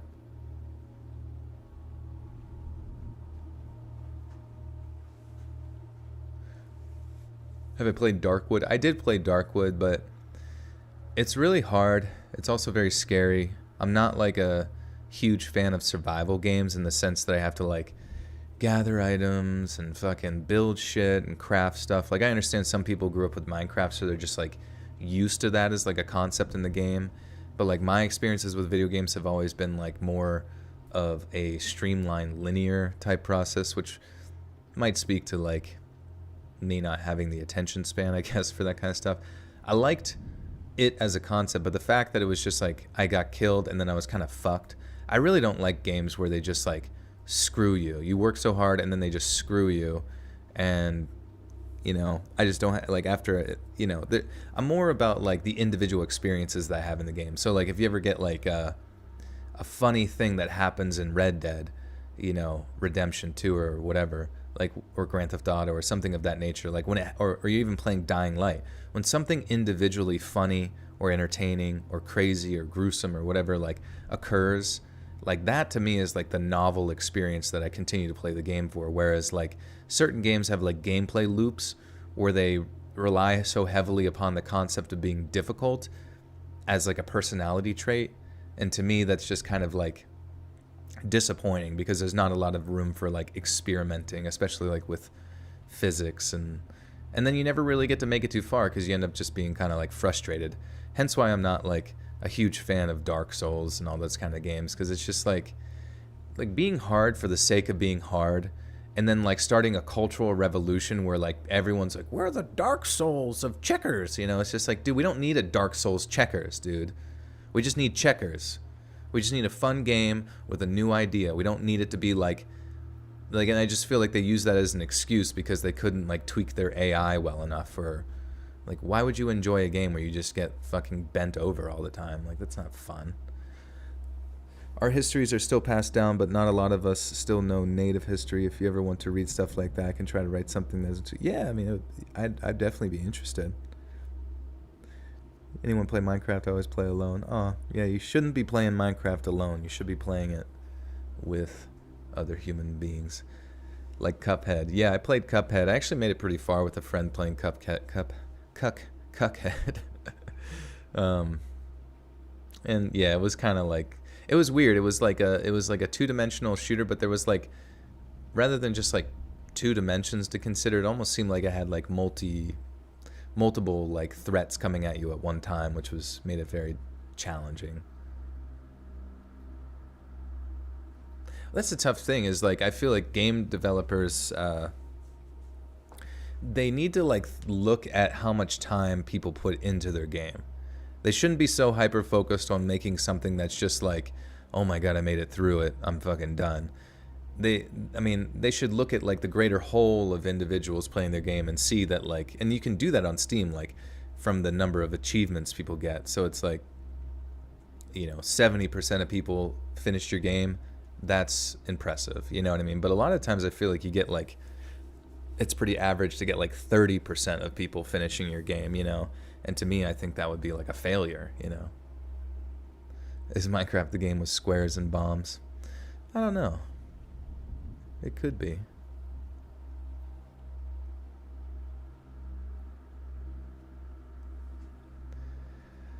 Scaring an old woman to death wasn't something he relished. Instead, he called the non-emergency number and reported what he'd found. The operator transferred him to animal control and they agreed to come out. Animal control arrived and crawled in with a looped pole. A few minutes later, the officer crawled out with a snake. In the daylight, it was even larger than he'd first thought. Another officer told him it was a python. When measured, it reached about 10 feet and was about the size of his calf in the middle. The homeowner came out to see what was happening. Dad figured that she was going to keel over, but she handled it well, considering. Soon, the officers packed up the snake and took off. Now Dad was free to work on the leak, but first he scanned the crawl space thoroughly to make sure no surprises awaited him. Dad decided not to tell anyone what he'd seen, unsure anyone would actually believe him. That's the way things stayed until he told me that night. I found out in the intervening years that that type of stuff is happening more and more here in Florida. Our weather seems to be temperate enough for a lot of non-native reptiles to thrive here, and it makes sense. We do have alligators and crocodiles sometimes. According to the internet, it started as a problem of pet owners releasing them when they couldn't take care of them anymore. The problem is now reaching epidemic proportions. A lot of our native species are being wiped out, and while I personally have yet to see anything like this, I kinda hope I do. I've always wanted a nice pair of snakeskin boots. You could make a snakeskin suit with a fucking 10-foot python, baby. Am I right? That'd be funny, like pull it as like a onesie over top yourself.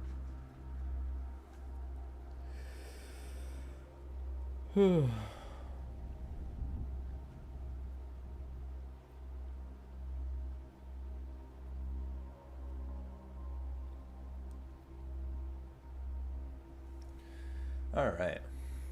We have a saying on the res that if you play with snakes that it'll make you go crazy and shouldn't mess with them. Interesting.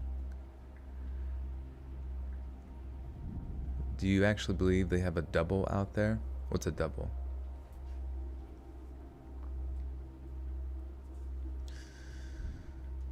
Alright, so story number 4 coming up. Every time I read through these, I'm like, which one do I want to start with? Like, which one, you know what I mean? I tried Destiny 2. I tried it like a while ago, probably years ago. It was interesting. I'm not sure if I was really into like the gameplay loop, you know? And I heard that's kind of how the game progresses, where you just like play the same raids over and over again, doing your daily quests. And I mean, I guess if you're kind of like addicted to it, it makes sense, but it seems kind of repetitive. I just saw Australia flash by in chat. There's a scary reptile situation there. Oh, I bet. Story 4, these balls. You've seen your doppelganger? What they look like? Wait, what are you talking? What about double? Why are we talking about doppelgangers all of a sudden? I feel like I missed the context.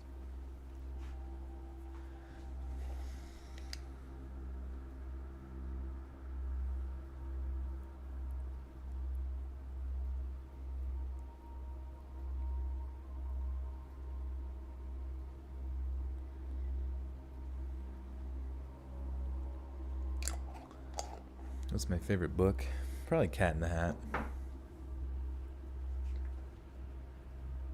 You had a rainbow boa? The day it tried to bite, I said, Fuck no. Yeah, that's the thing is, like, I just don't trust reptiles at all. Like, my one old roommate, he used to have a shit ton of, like, snakes and reptiles and stuff, and it's like, I'd hold them, and it was like, oh, cool, it feels weird, you know, but at the same time, I'd look into its, like, dead eyes, and I'm like, that motherfucker wants me dead. I like, one wrong move, and I'm getting swallowed. Would I listen to 8-bit hardcore music? I think I've listened to some hardcore 8-bit stuff before. I remember, like, an old cover of Goosebumps by Travis Scott came up on an old liked video that I had, which was like an 8-bit cover of it. When I don't know, it was.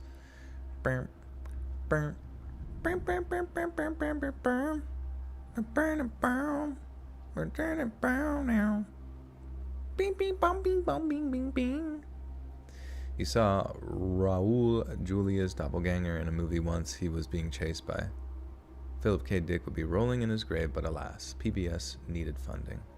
What? I've heard that there are approximately 7 people in the world who look exactly like you. How would they know that? I can smell fear. Well, I can smell these balls. Alright?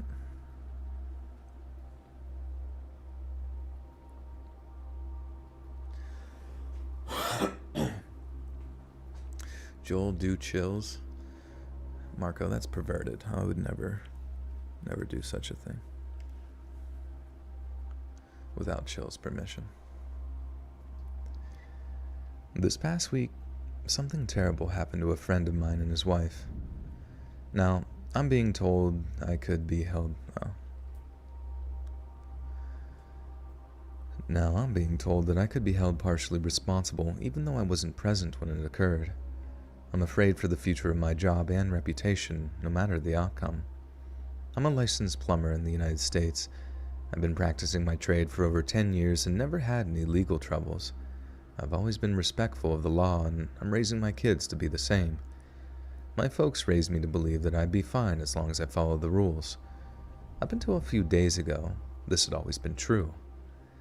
Then, perhaps you understand my confusion when I heard I may become the focus of a lawsuit. As I said before, my friends recently had an awful thing happen to the pair of them. The story is, they had an argument with their 16-year-old son about some social media posts that he made, and as a punishment, his phone was taken away. This made the son throw a fit. He cursed them out and stormed off to his bedroom. Typical teenager stuff so far, right? And nothing else was said after that. After dinner, the couple retired to the living room to watch television.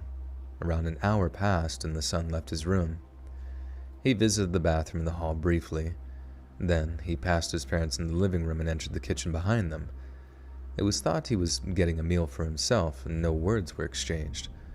My buddy didn't want to cause another blow-up, and rather than eating, the boy positioned himself behind his parents and began striking them across the heads with a blunt object. My friend received the brunt of the attack. He quickly evaded the blows, tackling his son, and disarmed him. The shocked couple reluctantly called the police, and the boy was taken into custody. Neither parent had any major injuries other than bruising and a minor concussion. The real damage had been done to the whole family. Oops.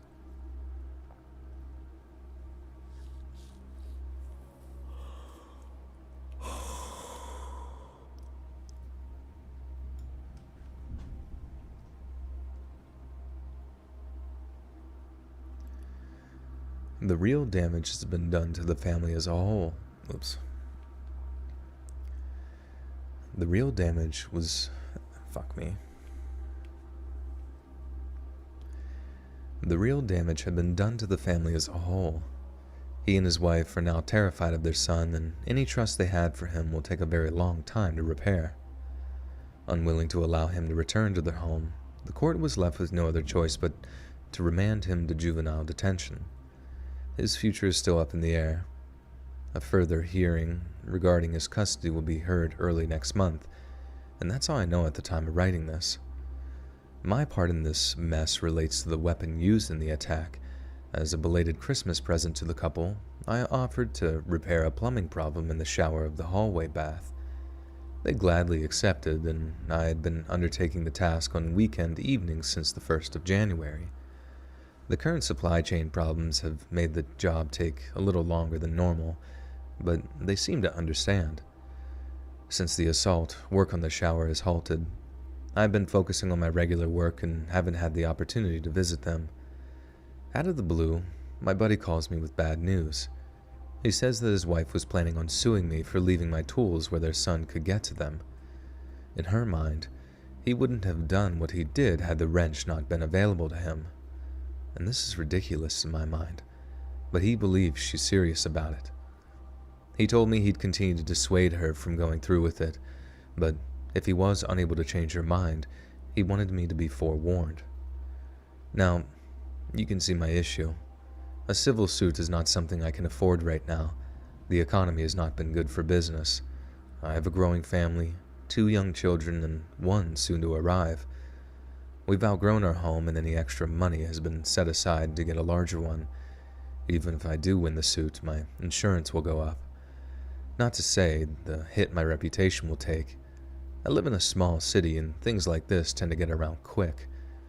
There's no way I could remain friends with people who sued me. And it's beginning to look like I may lose a lifelong friend and my livelihood with one act.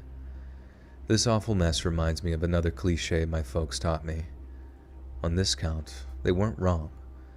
Life is certainly not fair.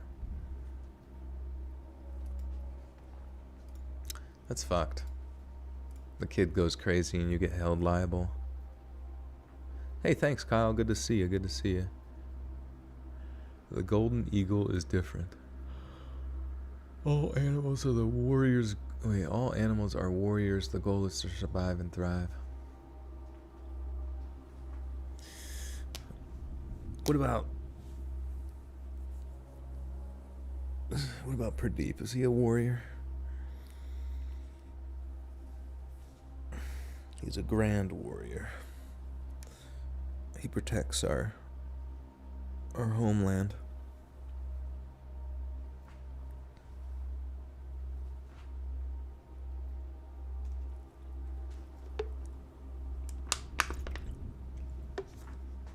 Hummingbirds stalk your drone. That's interesting. Like when your drone's flying, they like flutter with it.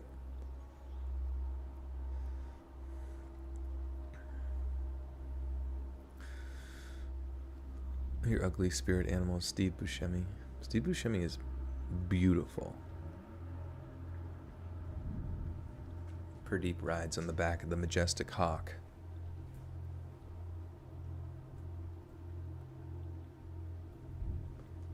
Yeah, my purple tiger.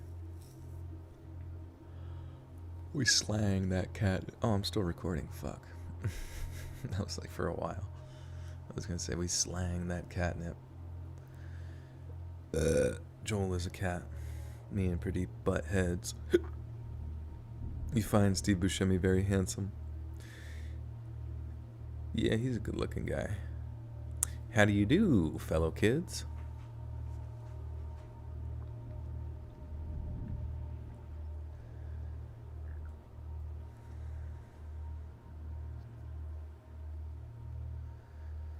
I'm here to share in the hopes. I'm here to share in the hopes. Station 11, you are Doctor. No, I have not. That's new Pokemon game is pretty sweet. Yeah, I didn't really play it. I've seen some gameplay. I was like, it seems kind of weird. Like it's just a big. Everything's like a big open field.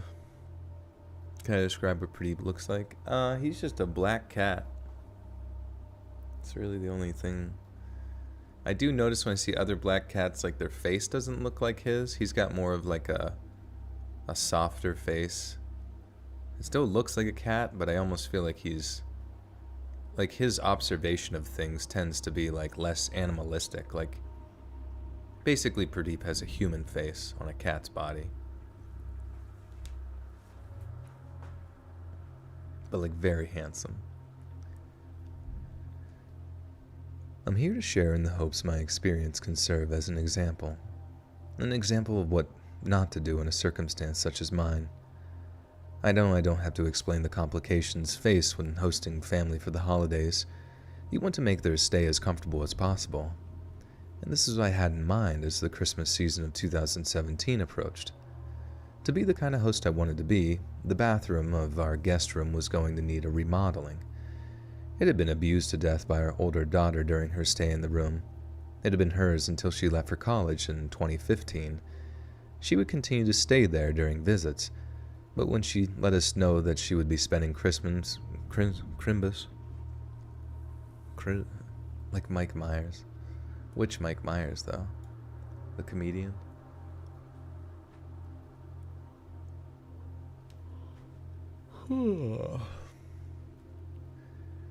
She would continue to stay there during visits, but when she let us know that she would be spending Christmas with her fiancé's family, my wife and I decided to invite her parents to stay with us. In the beginning...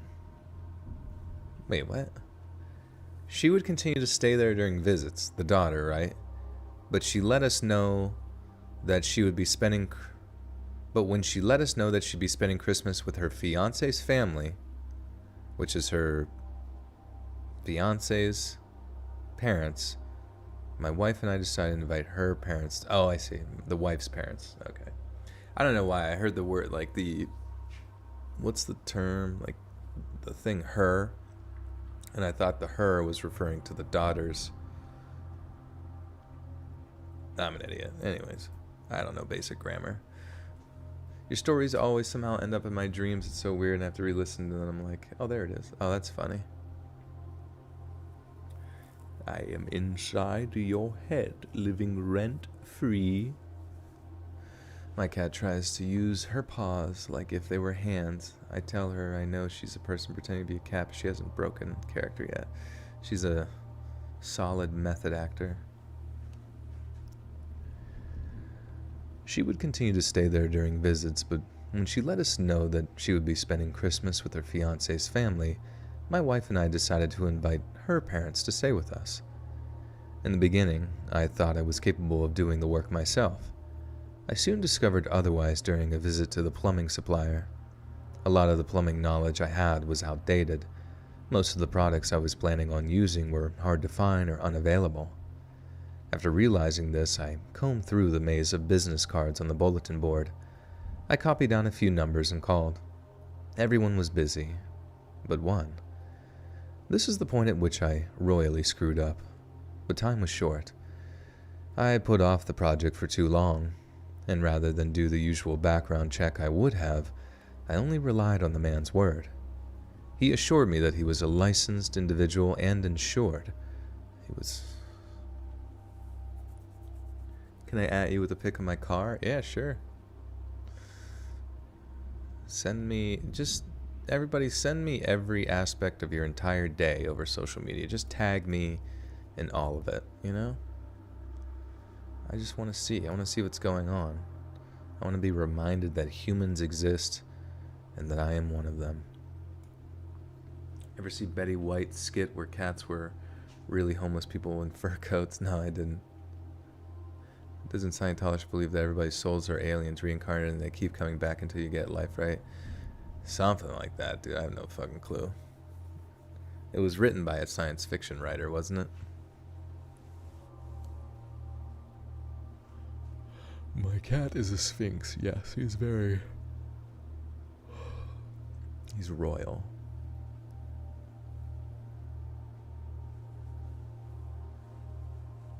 They identify as... Oh, no.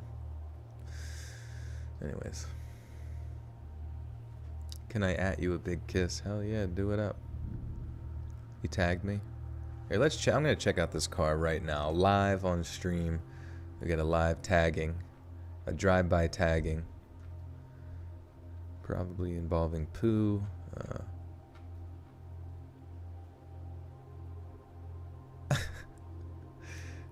Wait, where's the tag? Oh, wait. Oh, wait, this is my cat. Oh, I thought you said car. But that cat is cute. It looks like it needs its face rubbed. Toast, video editor. Freelance video editor. That's cool. Let's go through all your old tweets and cancel you. No, I'm just kidding. Oh, you only have one. The tweet says, my cat was shitting puddles of poo and we had to put here on probiotic. It smelled like ramen. I sent my mother a message saying I fed the cat the ramen packet like you asked, and she said, what? Safe to say she is thinking about adoption for me, not the cat. I'm gonna like that tweet. That's the best tweet I've read all day.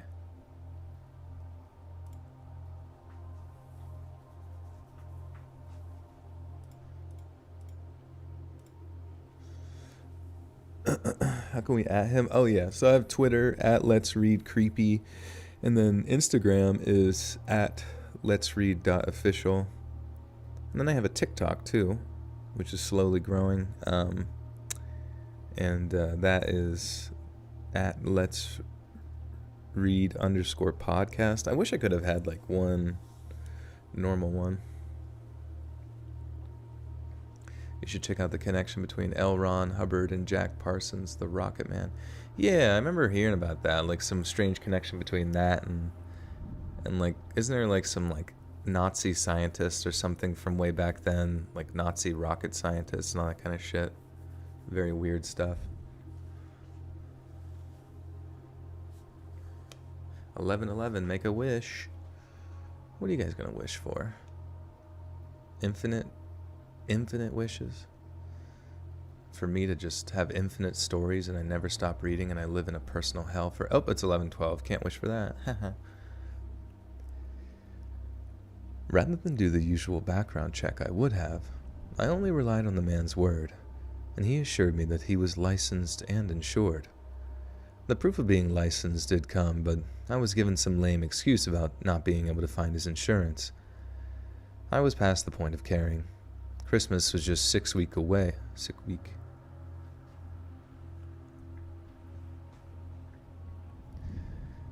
Christmas was just 6 weeks away, and a lot of work would need to be done. I was beginning to panic, but he promised me that he'd get it done with a week to spare. The renovation started off well. He had a couple of friends come in and assist with the demo. I did have a small scare when I caught one of them trying to enter my youngest bedroom. He claimed he was looking for the toilet and got lost. He apologized and I let it go. Fortunately, he never returned after that. The bad signs began after the cleanup was completed. The plumber didn't show for a few days afterwards, and when I called, he said he was getting the last of the supplies and would arrive the following morning ready to work. He did as he promised, but the work moved very slowly. I expressed my concerns more than once, and each time I was reminded of his promise. In the end, I had no choice. I was going to have to trust him. Everything I had hoped for came crashing down one afternoon. It was 2 weeks before Christmas, and even I could tell the bathroom wasn't going to be done in time. That morning, I decided that he was going to get my help, whether...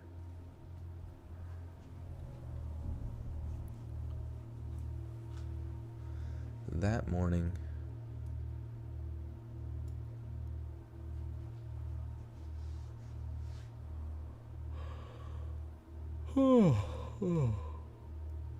That morning I decided.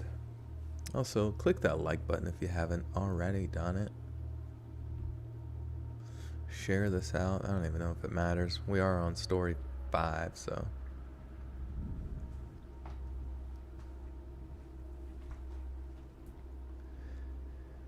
That morning, I decided he was going to get my help whether he wanted it or not. Shit. I need a gargle.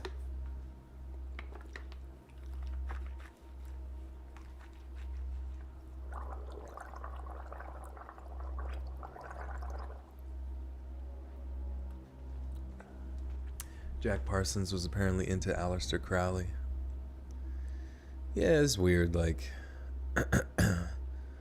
all of these different people involved in, like, various cults and stuff. I mean, at the same time, I have no fucking clue what's going on, ever. It could all just be some sort of folklore nonsense. Imagine seeing how the Earth will look a billion years from now when the sun becomes 10% hotter and all the water boils away and all the life is gone and all the things in the deep dark crevices live. How do you know that's what's going to happen, though? That sounds That sounds made up. That morning I decided he was going to get my help whether he wanted... Sorry. There's like certain sentences where I like read it over and over again and I keep cracking. Like my voice keeps cracking. Aleister Crowley was a person. That's fair. That's a fair assumption. Senpai, you're so gross. Yeah, Senpai. You're fucking... You're harassing me. And if you had any sort of following, I would call the police. I gotta sneeze. Someone stand in front of me so they can absorb it.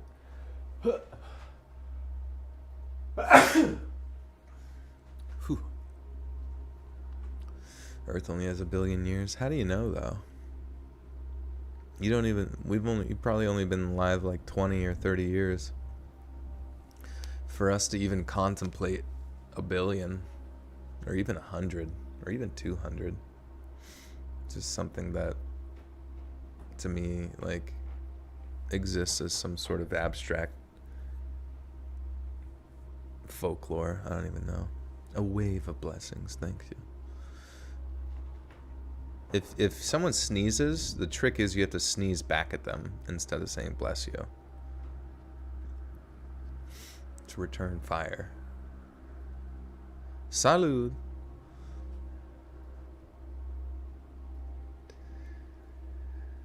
That morning I decided he was going to get my help whether he wanted it or not.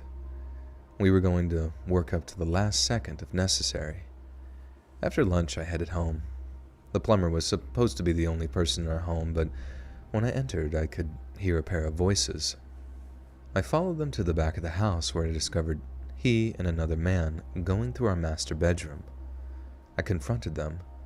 My presence clearly surprised them, and unable to come up with a lie, the pair just silently stared at each other, and I was too angry to realize that I was outnumbered and in a pretty bad position.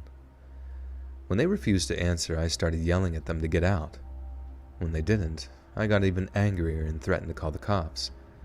This got them moving, but on the way out, the unknown man threatened me. Yeah, this won't be the end of it. You can be sure of that. I followed the men out and called the police anyway. As I waited for them to arrive, the danger of my situation hit me.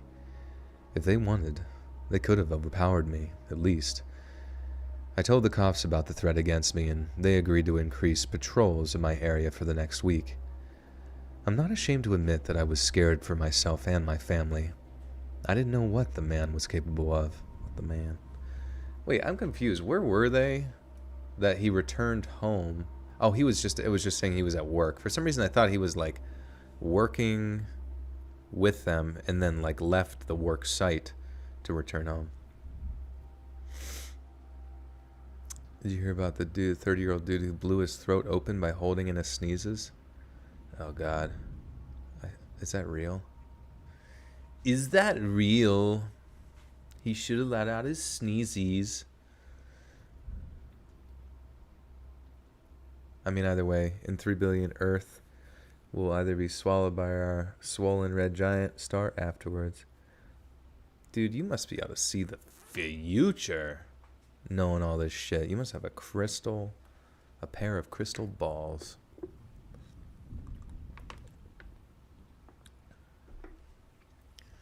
Some shiny ones. I didn't know what those men were capable of. I'm pleased. I didn't know what those men were capable of.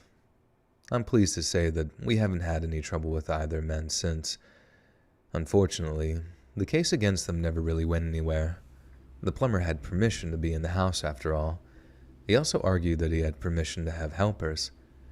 The DA didn't think it was worth the trouble, and that was where it ended.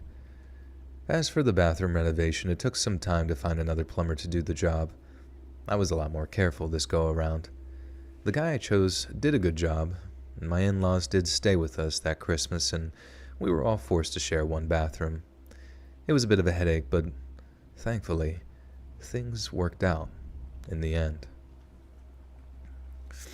How old am I? I'm 31. Can we just hop planets and adapt like aliens? You know, probably. I always heard about those theories about, like, I don't know, breakaway civilizations, like humans that left Earth, I don't know, a long time ago and lived on Mars. I don't know, just trying to imagine what, like, Mars humans would look like. A Nuke's Top 5 reference? Wait, did I make one? I don't even remember. I don't think I've ever watched Nuke's Top 5 before. Oh, wait, no, I don't, actually. Damage your throat and possible aneurysm. Years later, Parsons burned to death in his garbage, possibly an accident. Something else suggested he self-immolated. Hello, Melissa. What's poppin'? Hello, Yasmin.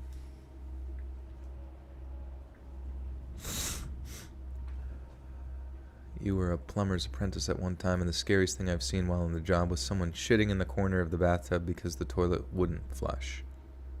Oh. Wonder why they wouldn't, like, wash it down and waffle stomp that shit. Mars humans fitting to be tall and skinny. Hopefully.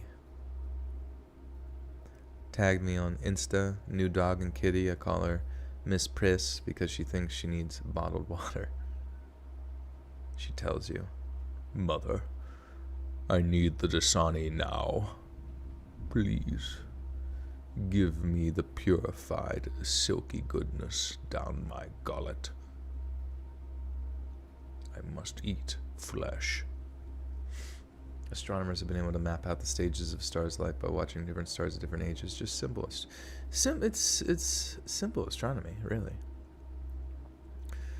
No, I'm sure they've got a whole plan for the next trillion gadillion years that makes them feel super cool about being the seers of the universe. But they too must go home, and they too must take a poop in a toilet eventually. Is it weird when people tag you in things? Not really. Like, if I even look at it, I'll just be like, oh, cool. If it's something cool, I'll retweet it, you know?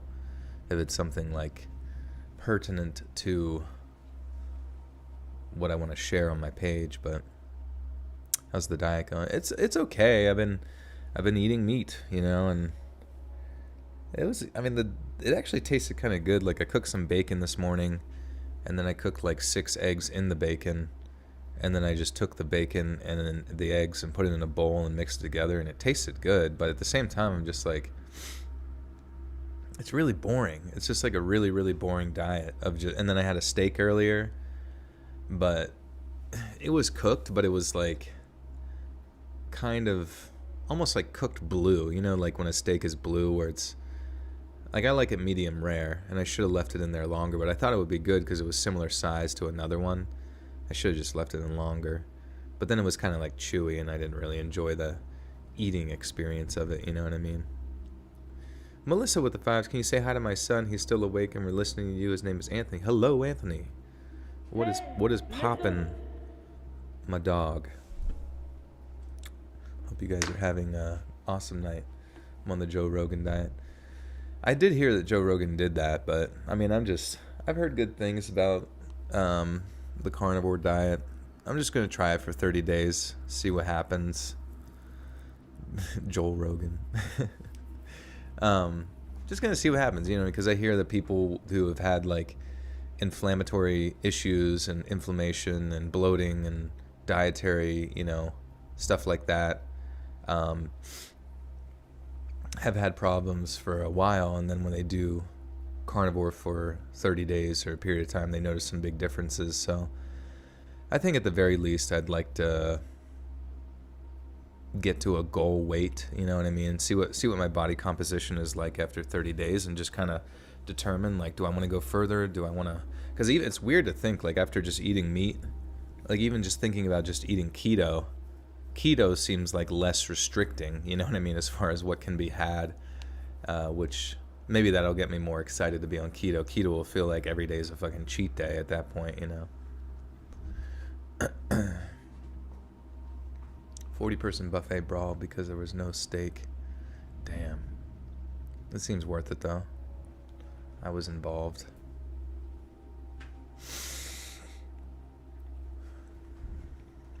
Bison is really good for protein.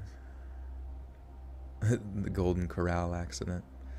Everybody remembers the Golden Corral event. What is the carnivore diet? You literally just eat meat. And, like, you can have some, like, cheese and a little bit of sour cream and stuff, but it's, like, very minimal. But, yeah, it's just, like, steak and fat, you know, pork. Oh, like, pretty much anything that's meat. You just eat that. No vegetables, no carbs. It's just, like, meat with, like, it's, like, fatty meat. You know what I mean? And it's weird. It's like whenever I eat it, like I don't really get hungry. Like during this period of time of doing it, like the hunger that I have is like very timid. It's not like there would be some times where I would do like a cheat day where I'd eat ice cream and pizza. And then like the next day I'd be so fucking hungry it like hurt. You know what I mean? And I think that had something to do with like the hormones. You know what I mean? And with this, it's like the indication that I have to eat is like, I don't know, way less, and then after I eat, I don't know. You just kind of get comfortably full. Bacon is fucking good though. Is that even good for you though? I feel like you wouldn't get the proper nutrition. That's what I was kind of concerned about. I did also purchase a mineral and electrolyte liquid that I mix into water, and it gives you everything you need for the day in that regard. But apparently people that have done this for years have seen some really huge improvements to their health. Well, that's the thing, is like even with the cholesterol, I think it was like more of like a misinterpretation of what cholesterols are and like how they build up within the body. And I've recently got lab results related to like insurance related stuff, and my cholesterol is actually very low. Like actually lower than the suggested thing. So that was the only lab result that was out of sync. But I'm gonna try it. You know, been looking into it a little bit and see what happens.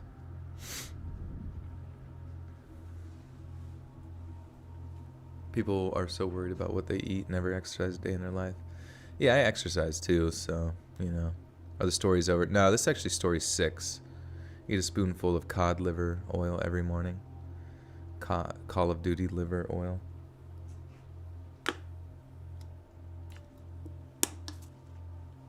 Yeah, I mean, this was one thing that they had talked about, that it almost seemed as if though the need for vitamin C was like lessened in those people that were participating in like the carnivore diet, where they weren't experiencing like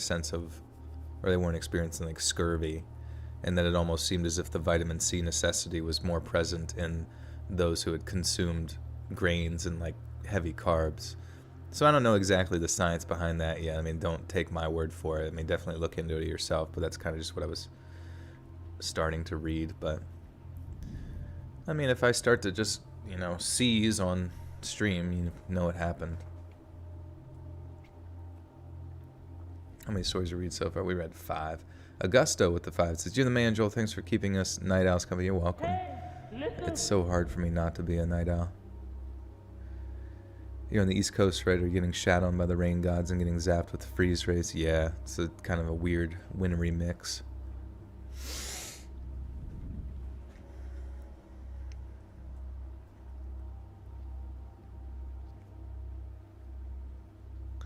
The internet says fruit is supposed to be part of the carnivore diet. It's the veggies that are eliminated. A great supplement while on focalized diet is honey, spoonful. I did hear about honey was okay.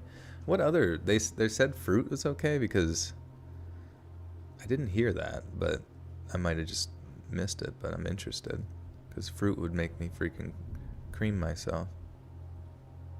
Would you ever go on live streaming gifting app? What's that? Would you ever go on a live streaming gifting app? What's that about? Haters with the 2 says, "What's one problem with Gen Z in your opinion?" I feel like the only memes they like are like ones that have like abrupt, like all of a sudden it's just like something cuts, or there's like it's almost like, I don't even, like one earlier was like a car driving in a circle, but it was hitting all the other cars, but they kept adding like fart sounds to it every time they hit one of the cars. So it was like, you know, and it was very funny, but I'm just like, it just seems like Gen Z's love for like comedy is more based in just like really abrupt, crude humor with fart noises or various other like loud, like bass drop, like chong, like it's just very like ridiculously all over the place, and it's funny. Some of it's funny, but some of it's I'm like, isn't there anything else to life besides fart noises? You could go live sort of like this and people can gift you and it turns into money. I mean, that's kind of what YouTube is doing here with the super chats and stuff like that, you know what I mean? I've had people message me and be like, come join our app and you can stream on it and stuff, and it's like, and I'm just, I don't know, I'm like, dude, trying to convince like half my audience, like, yeah, bass boosted Among Us themes, yeah, I was like, what the fuck? Is this all it is?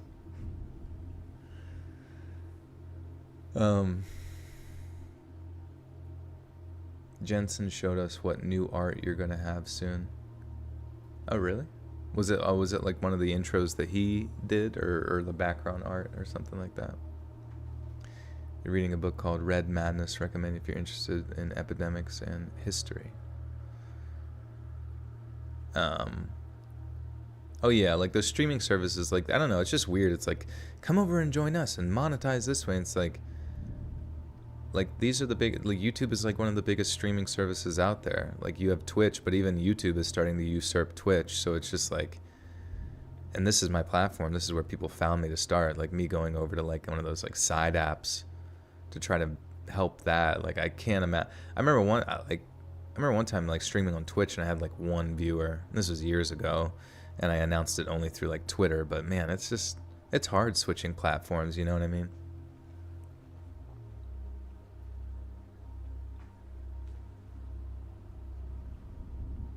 You would follow me anywhere. But that's the thing, is like 517 people. I'm thankful for that amount, you know, for a live stream. That's a solid, you know, it's not a massive live stream, but it's a solid one where I can interact with everyone, but also not get like bored, you know, and have a good amount of people to chit chat with and stuff.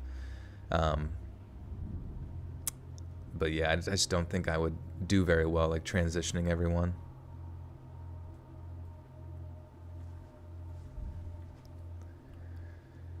This past semester, I was required to do some research on the dangers of plumbing for my Intro to the Plumbing Trade class. Until I did the paper, I never considered plumbing could be a dangerous job. I'm going to post a few excerpts from the report. I hope they'll be helpful. One quick thing. I want any family members or loved ones of those I write about in this story to know I'm not doing this to make light of or to laugh at their fates. I'm deeply saddened by their losses and want to prevent anyone else from suffering in the same way, and you have all my condolences. In this first example, a journeyman plumber lost his life after a terrible work site accident in 2019. Jack Lewis Martin was working at a shopping center in North Houston, Texas, when the 5 feet by 6 feet trench collapsed and buried him alive. Another worker on the site attempted to dig Martin out with a backhoe, only for the machine to also fall into the trench. It's been reported that the trench was not... Hey, Native Queen XO, welcome to the Mischievous Dog group. Mischievous Dog Confessional Anonymous. You now have access to bonus content. I love how it says, welcome to bonus narration content. As if that's a place people go. Yeah, a cool thing happened today. I was out for a long walk and someone had neatly placed an entire record collection out to be taken, like with bags, so I went through them all and carried half home. Oh, that's cool. Or they were like getting ready to take them to a store and you just stole all of them. What was the Golden Corral accident? We don't talk about that here. That's like the bite of 87. Or the fart of 87, I forget. The cheek clapping of 87.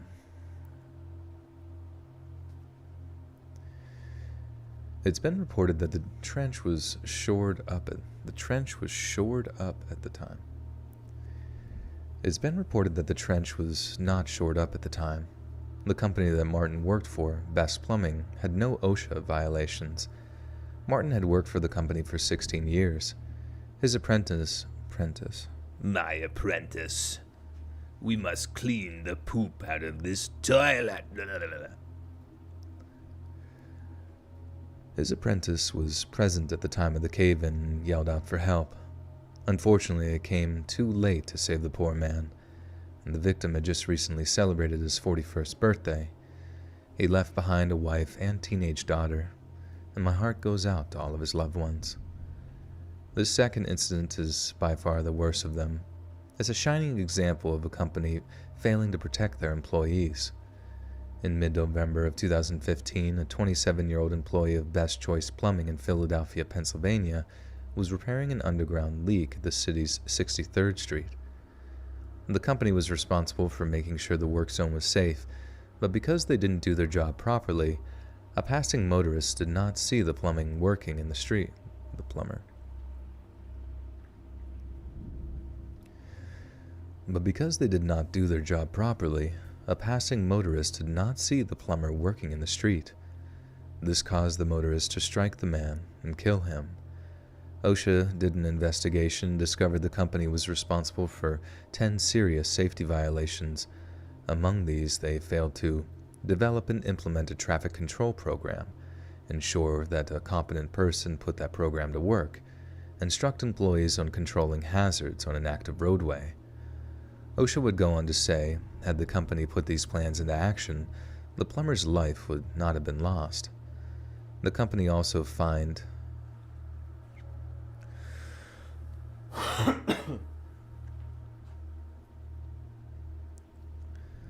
The company was also fined $42,960 for its alleged negligence.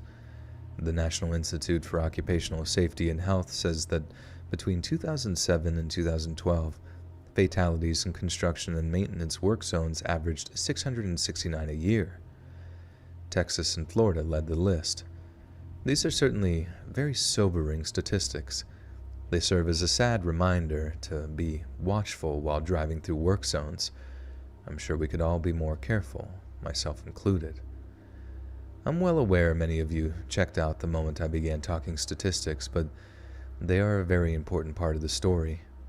We as humans often have a hard time grasping the seriousness of a matter without some form of reference. The stats serve that purpose in this case. Before I undertook this assignment, I'd had no idea of the dangers some plumbers face on a daily basis, and I hope these two stories I'd shared have done the same for you. And I will end things here. And to all you hardworking men and women in the plumbing. Hello, I'm a plumber.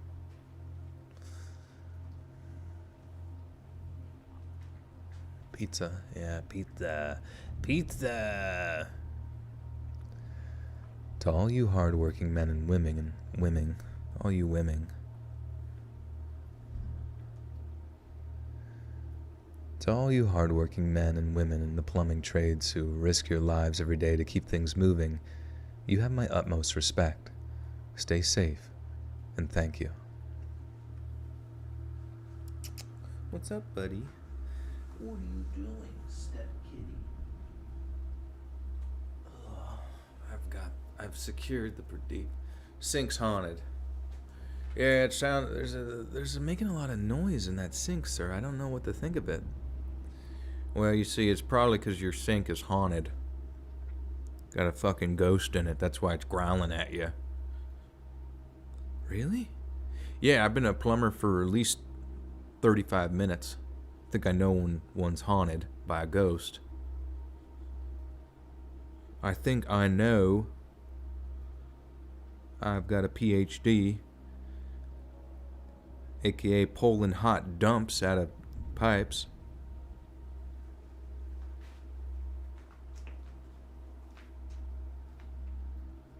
I'm bringing Pradeep up to the humidifier. He loves it. He loves it. Scruffy. It sounded like Scruffy from Futurama. Yeah. Oh my god, Scruffy's an underrated character. Alright, I hope this story's, I don't know. Yeah, I hear you guys in a laugh track. Ha ha ha ha. Ha ha ha. That would be funny to hear like everybody's voice all at one time.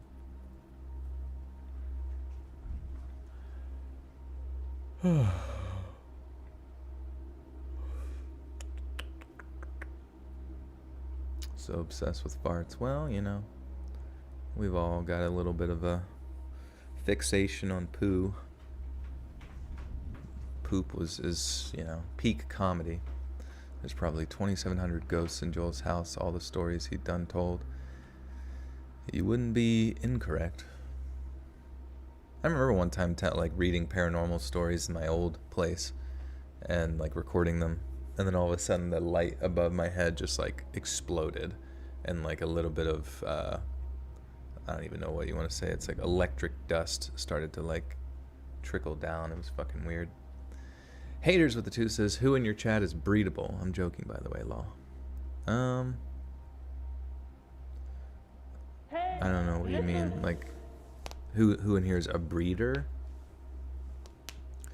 Like for dogs and stuff? You want to hear everyone's voice at once? Just play crab game. I kind of want to try that. Yeah, those ghosts should quit wasting my time. They should be working at customer service. For me. Shannon, welcome to the Buttersock Cult. You now have access to bonus content. Creepy child giggle in the background. Yeah, it'd be funny if you guys like all heard it, but I didn't hear it. I'm like, what are you talking about? What are you talking about? What do you mean you heard a kid? Don't joke about that, guys. MT with the 2s, love you, Joel, but I can't stand cold weather. Wait, are you like standing out in the cold, listening to me?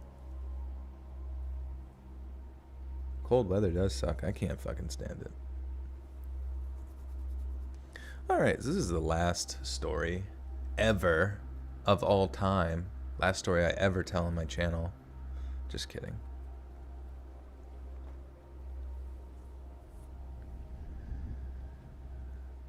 I first want to start off by apologizing. I held off for almost a year in hopes of getting more details, but they never materialized. I didn't dare wait any longer from fear that I'd forget about the subject. During one of those endless lockdowns we had last year, I rewatched the HBO series Deadwood. A couple of scenes reminded me of a story I heard when I was much younger. After the war, several members of our family returned to Canada after working in the States. What we heard from the remaining side was only shared in letters, brief phone calls, and rare family reunions.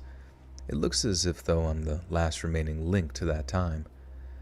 The finer points may not all be there, but I believe you all get the idea from the broader strokes as I paint them.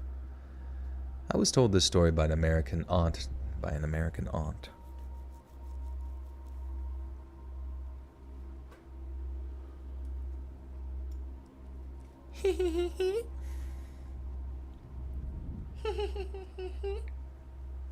What the fuck was that? Was that Pradeep? Was that you? What the fuck? Fucking little ghost boy in this bitch. About to whoop his little ghost ass. Mischievous dog. Mischievous frau. It's not showing up. There it is.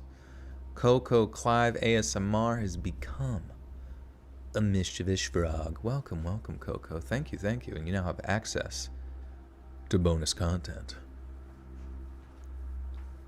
If you had to pick one other YouTube narrator to spend the rest of your life with, who would it be? Shit. Native Queen with the 5. Pizza party. It's a party, it's a party, it's a pizza party. Another narrator. I guess I know Jensen the best. Is he still a narrator? I don't know. Maybe I would go live with Lazy Masquerade so I could hang out in the UK and in Japan.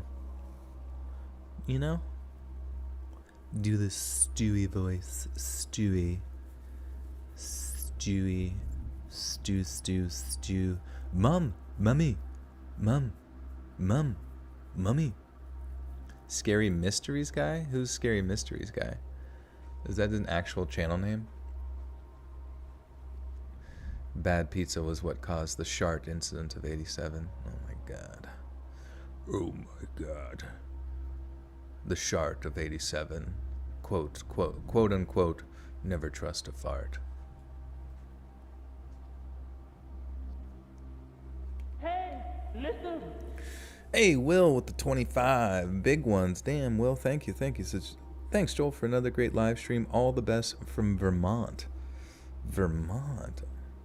What do you guys got there? Like syrup or something like that? You guys making syrup? It's probably pretty cold in Vermont right now. That's the actual channel name? Scary Mysteries. I guess that's pretty normal. Scary Mysteries Guy. I guess it's just funny. But thank you, Will. Appreciate it. Wish you happy birthday tomorrow. Happy birthday, Cuddle Monster. Everybody wish happy birthday to Cuddle the Monster.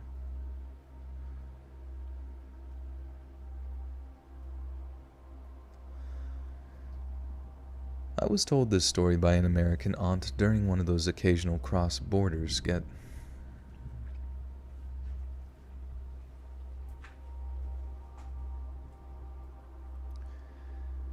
I was told this story by an American aunt during one of those occasional cross-borders get-togethers. I was about 22 at the time and soon to be married to my first husband. I'm not sure what caused her to tell me, but I was excited to hear about anything about their side of the family. She heard it firsthand from her father, who experienced it. He had been a professional plumber his entire adult life. Throughout her childhood, they often moved from place to place. I can't recall the exact town she said this occurred in. I do know that it was one of the large gold prospecting areas, perhaps Tombstone, which I know they did live in for a short time. At some time in the 1950s, he was part of a group renovating several buildings in the original section of the town. Most of these structures hadn't been touched since they were built in the waning years of the previous century. Her father's job was to install plumbing into the newly renovated buildings. Unfortunately, the work wouldn't be as straightforward as first thought. One of the first locations was in the old Chinese district. During the demolition, the crew found an intact skeleton in one of the walls. A brief investigation determined that the skeleton belonged to a woman. The doctors could never decide whether she had been put there alive or after death. This ghoulish discovery was just the start. In another instance, a large chest was found in the corner of a doctor's attic. Among normal things like beakers and papers, a local historian uncovered a string of human scalps. A human skull was also inside the box, but considering it was common to use real skeletons at the time, this was far less shocking. Probably the creepiest revelation, and the part so similar to the Deadwood show, was the massive bones found in a rubbish pit at the back of what was once a stable. While the overwhelming majority of the bones belonged to animals like chickens and pigs, there were a handful of human ones mixed in. One theory proposed that the piece of land had once been a pigsty. It is well known pigs will eat anything, including humans. Like the television show, a person looking to dispose of a body could have fed a corpse to a group of hungry pigs. The story of Robert William Picton, the infamous pig farm killer, is the most recent example that comes to my mind. There may have been other awful things found, but they have since slipped my mind. My aunt passed away in 1997, and without her to remind me, I'm afraid the rest will be lost to history. I hope my little tale hasn't freaked you out too much. Like many, my life had been very tame and uneventful. This story was about as exciting as things get with me afraid. Either way, I hope it kept you entertained and your mind off the woes of the world, even if it was for just a few minutes. Colin with the 5 says, going back to school to be a CRNA, going to need your never stopping narrating so I can have some relaxation in my life. CRNA, yeah, that sounds like a pain in the ass. How long is that? Is that like 2 years or something, isn't it? But it's like straight through for school, right? And that's, you're going to be working with like, wait, CRNA? Is CRNA the same as like a nurse anesthetist, or am I thinking, or is that nursing assistant? I can't quite remember which, but either way, congratulations, and you bet I'm gonna be grooving, I'm gonna be pooving, I'm gonna be slooving sometimes too. And Jacob Bowling, welcome to the Buttersock Call, along with Maribel Silva. Welcome, welcome, guys. You now have access to bonus content. Can you touch stuff in an ossuary? I have no idea. Anesthesia. Okay, nice. Yeah, that's what I thought. Like, school is pretty rigorous, and I hope it goes well for you, but I know you'll do well. You just gotta stay focused. Can you imagine realizing that the skeletons you immersed in the water, that you're immersed in the water with, were real after you were finished filming? Wait, what movie was that? Has anyone ever sent you creepy lab stories? You've done creepy hospital stories, right? Yeah, creepy hospital stuff. I don't know about labs. I'd have to check. Being next to an actual skeleton doesn't freak me out. Yeah, it's when they start to get like flesh on them. They start crawling towards you. It gets a little awkward. Being on the phone watching a stream can be a little irritating. Sons of bitches. Tell them you got shit to do. You got a stream to watch. Well, it's kind of, the stream's sort of.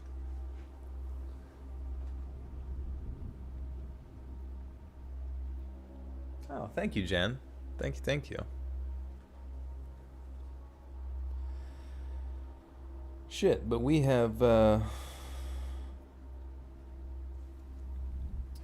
we nurse, we have arrived at the end of the stream. And Kisami Hada, welcome to the Buttersock Call. You now have access to bonus content. Go breed your skeletons in your scalp drawer. Yeah, that's the only way to make more.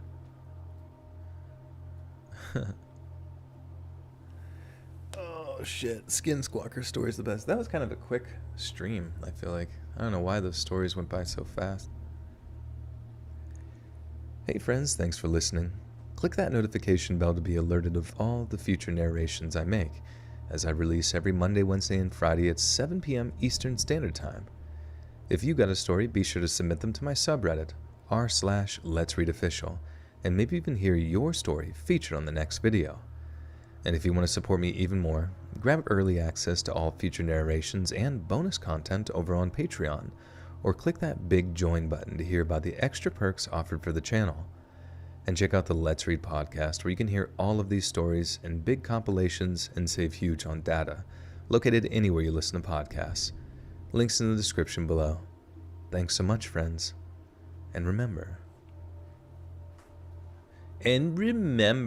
do y'all have Valentine's dates? You better.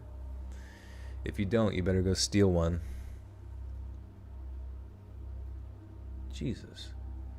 The Valentine's Day one were unsettling. Oh, that's good. Why is your voice so freaking attractive? Be my boyfriend. Okay, sure. I volunteer. Don't flush your life down the toilet. That's actually pretty good. especially for the clip the live stream you accidentally recorded. Yeah, I'll have to see what I said in that.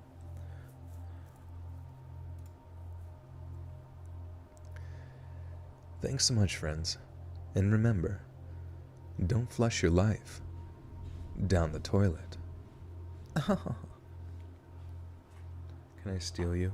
You can try. But I'll kick and I'll scream and I'll poop and I'll meme. Remember to eat your meats.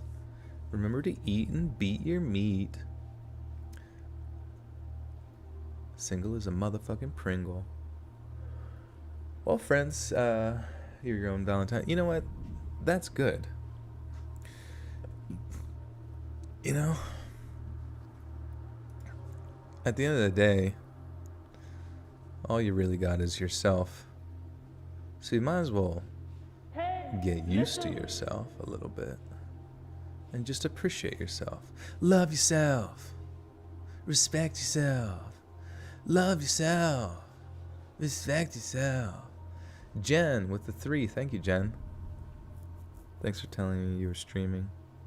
Set your notifications, Jennifer. You know the rules. You know the rules. Now we gotta... it's a song from Tenacious D, but I can't sing it.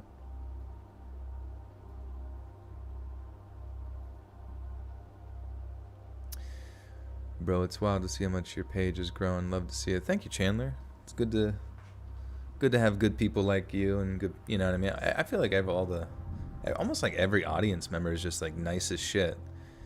Like, I'm pretty thankful that I don't have like, I don't know, what's like a really toxic community?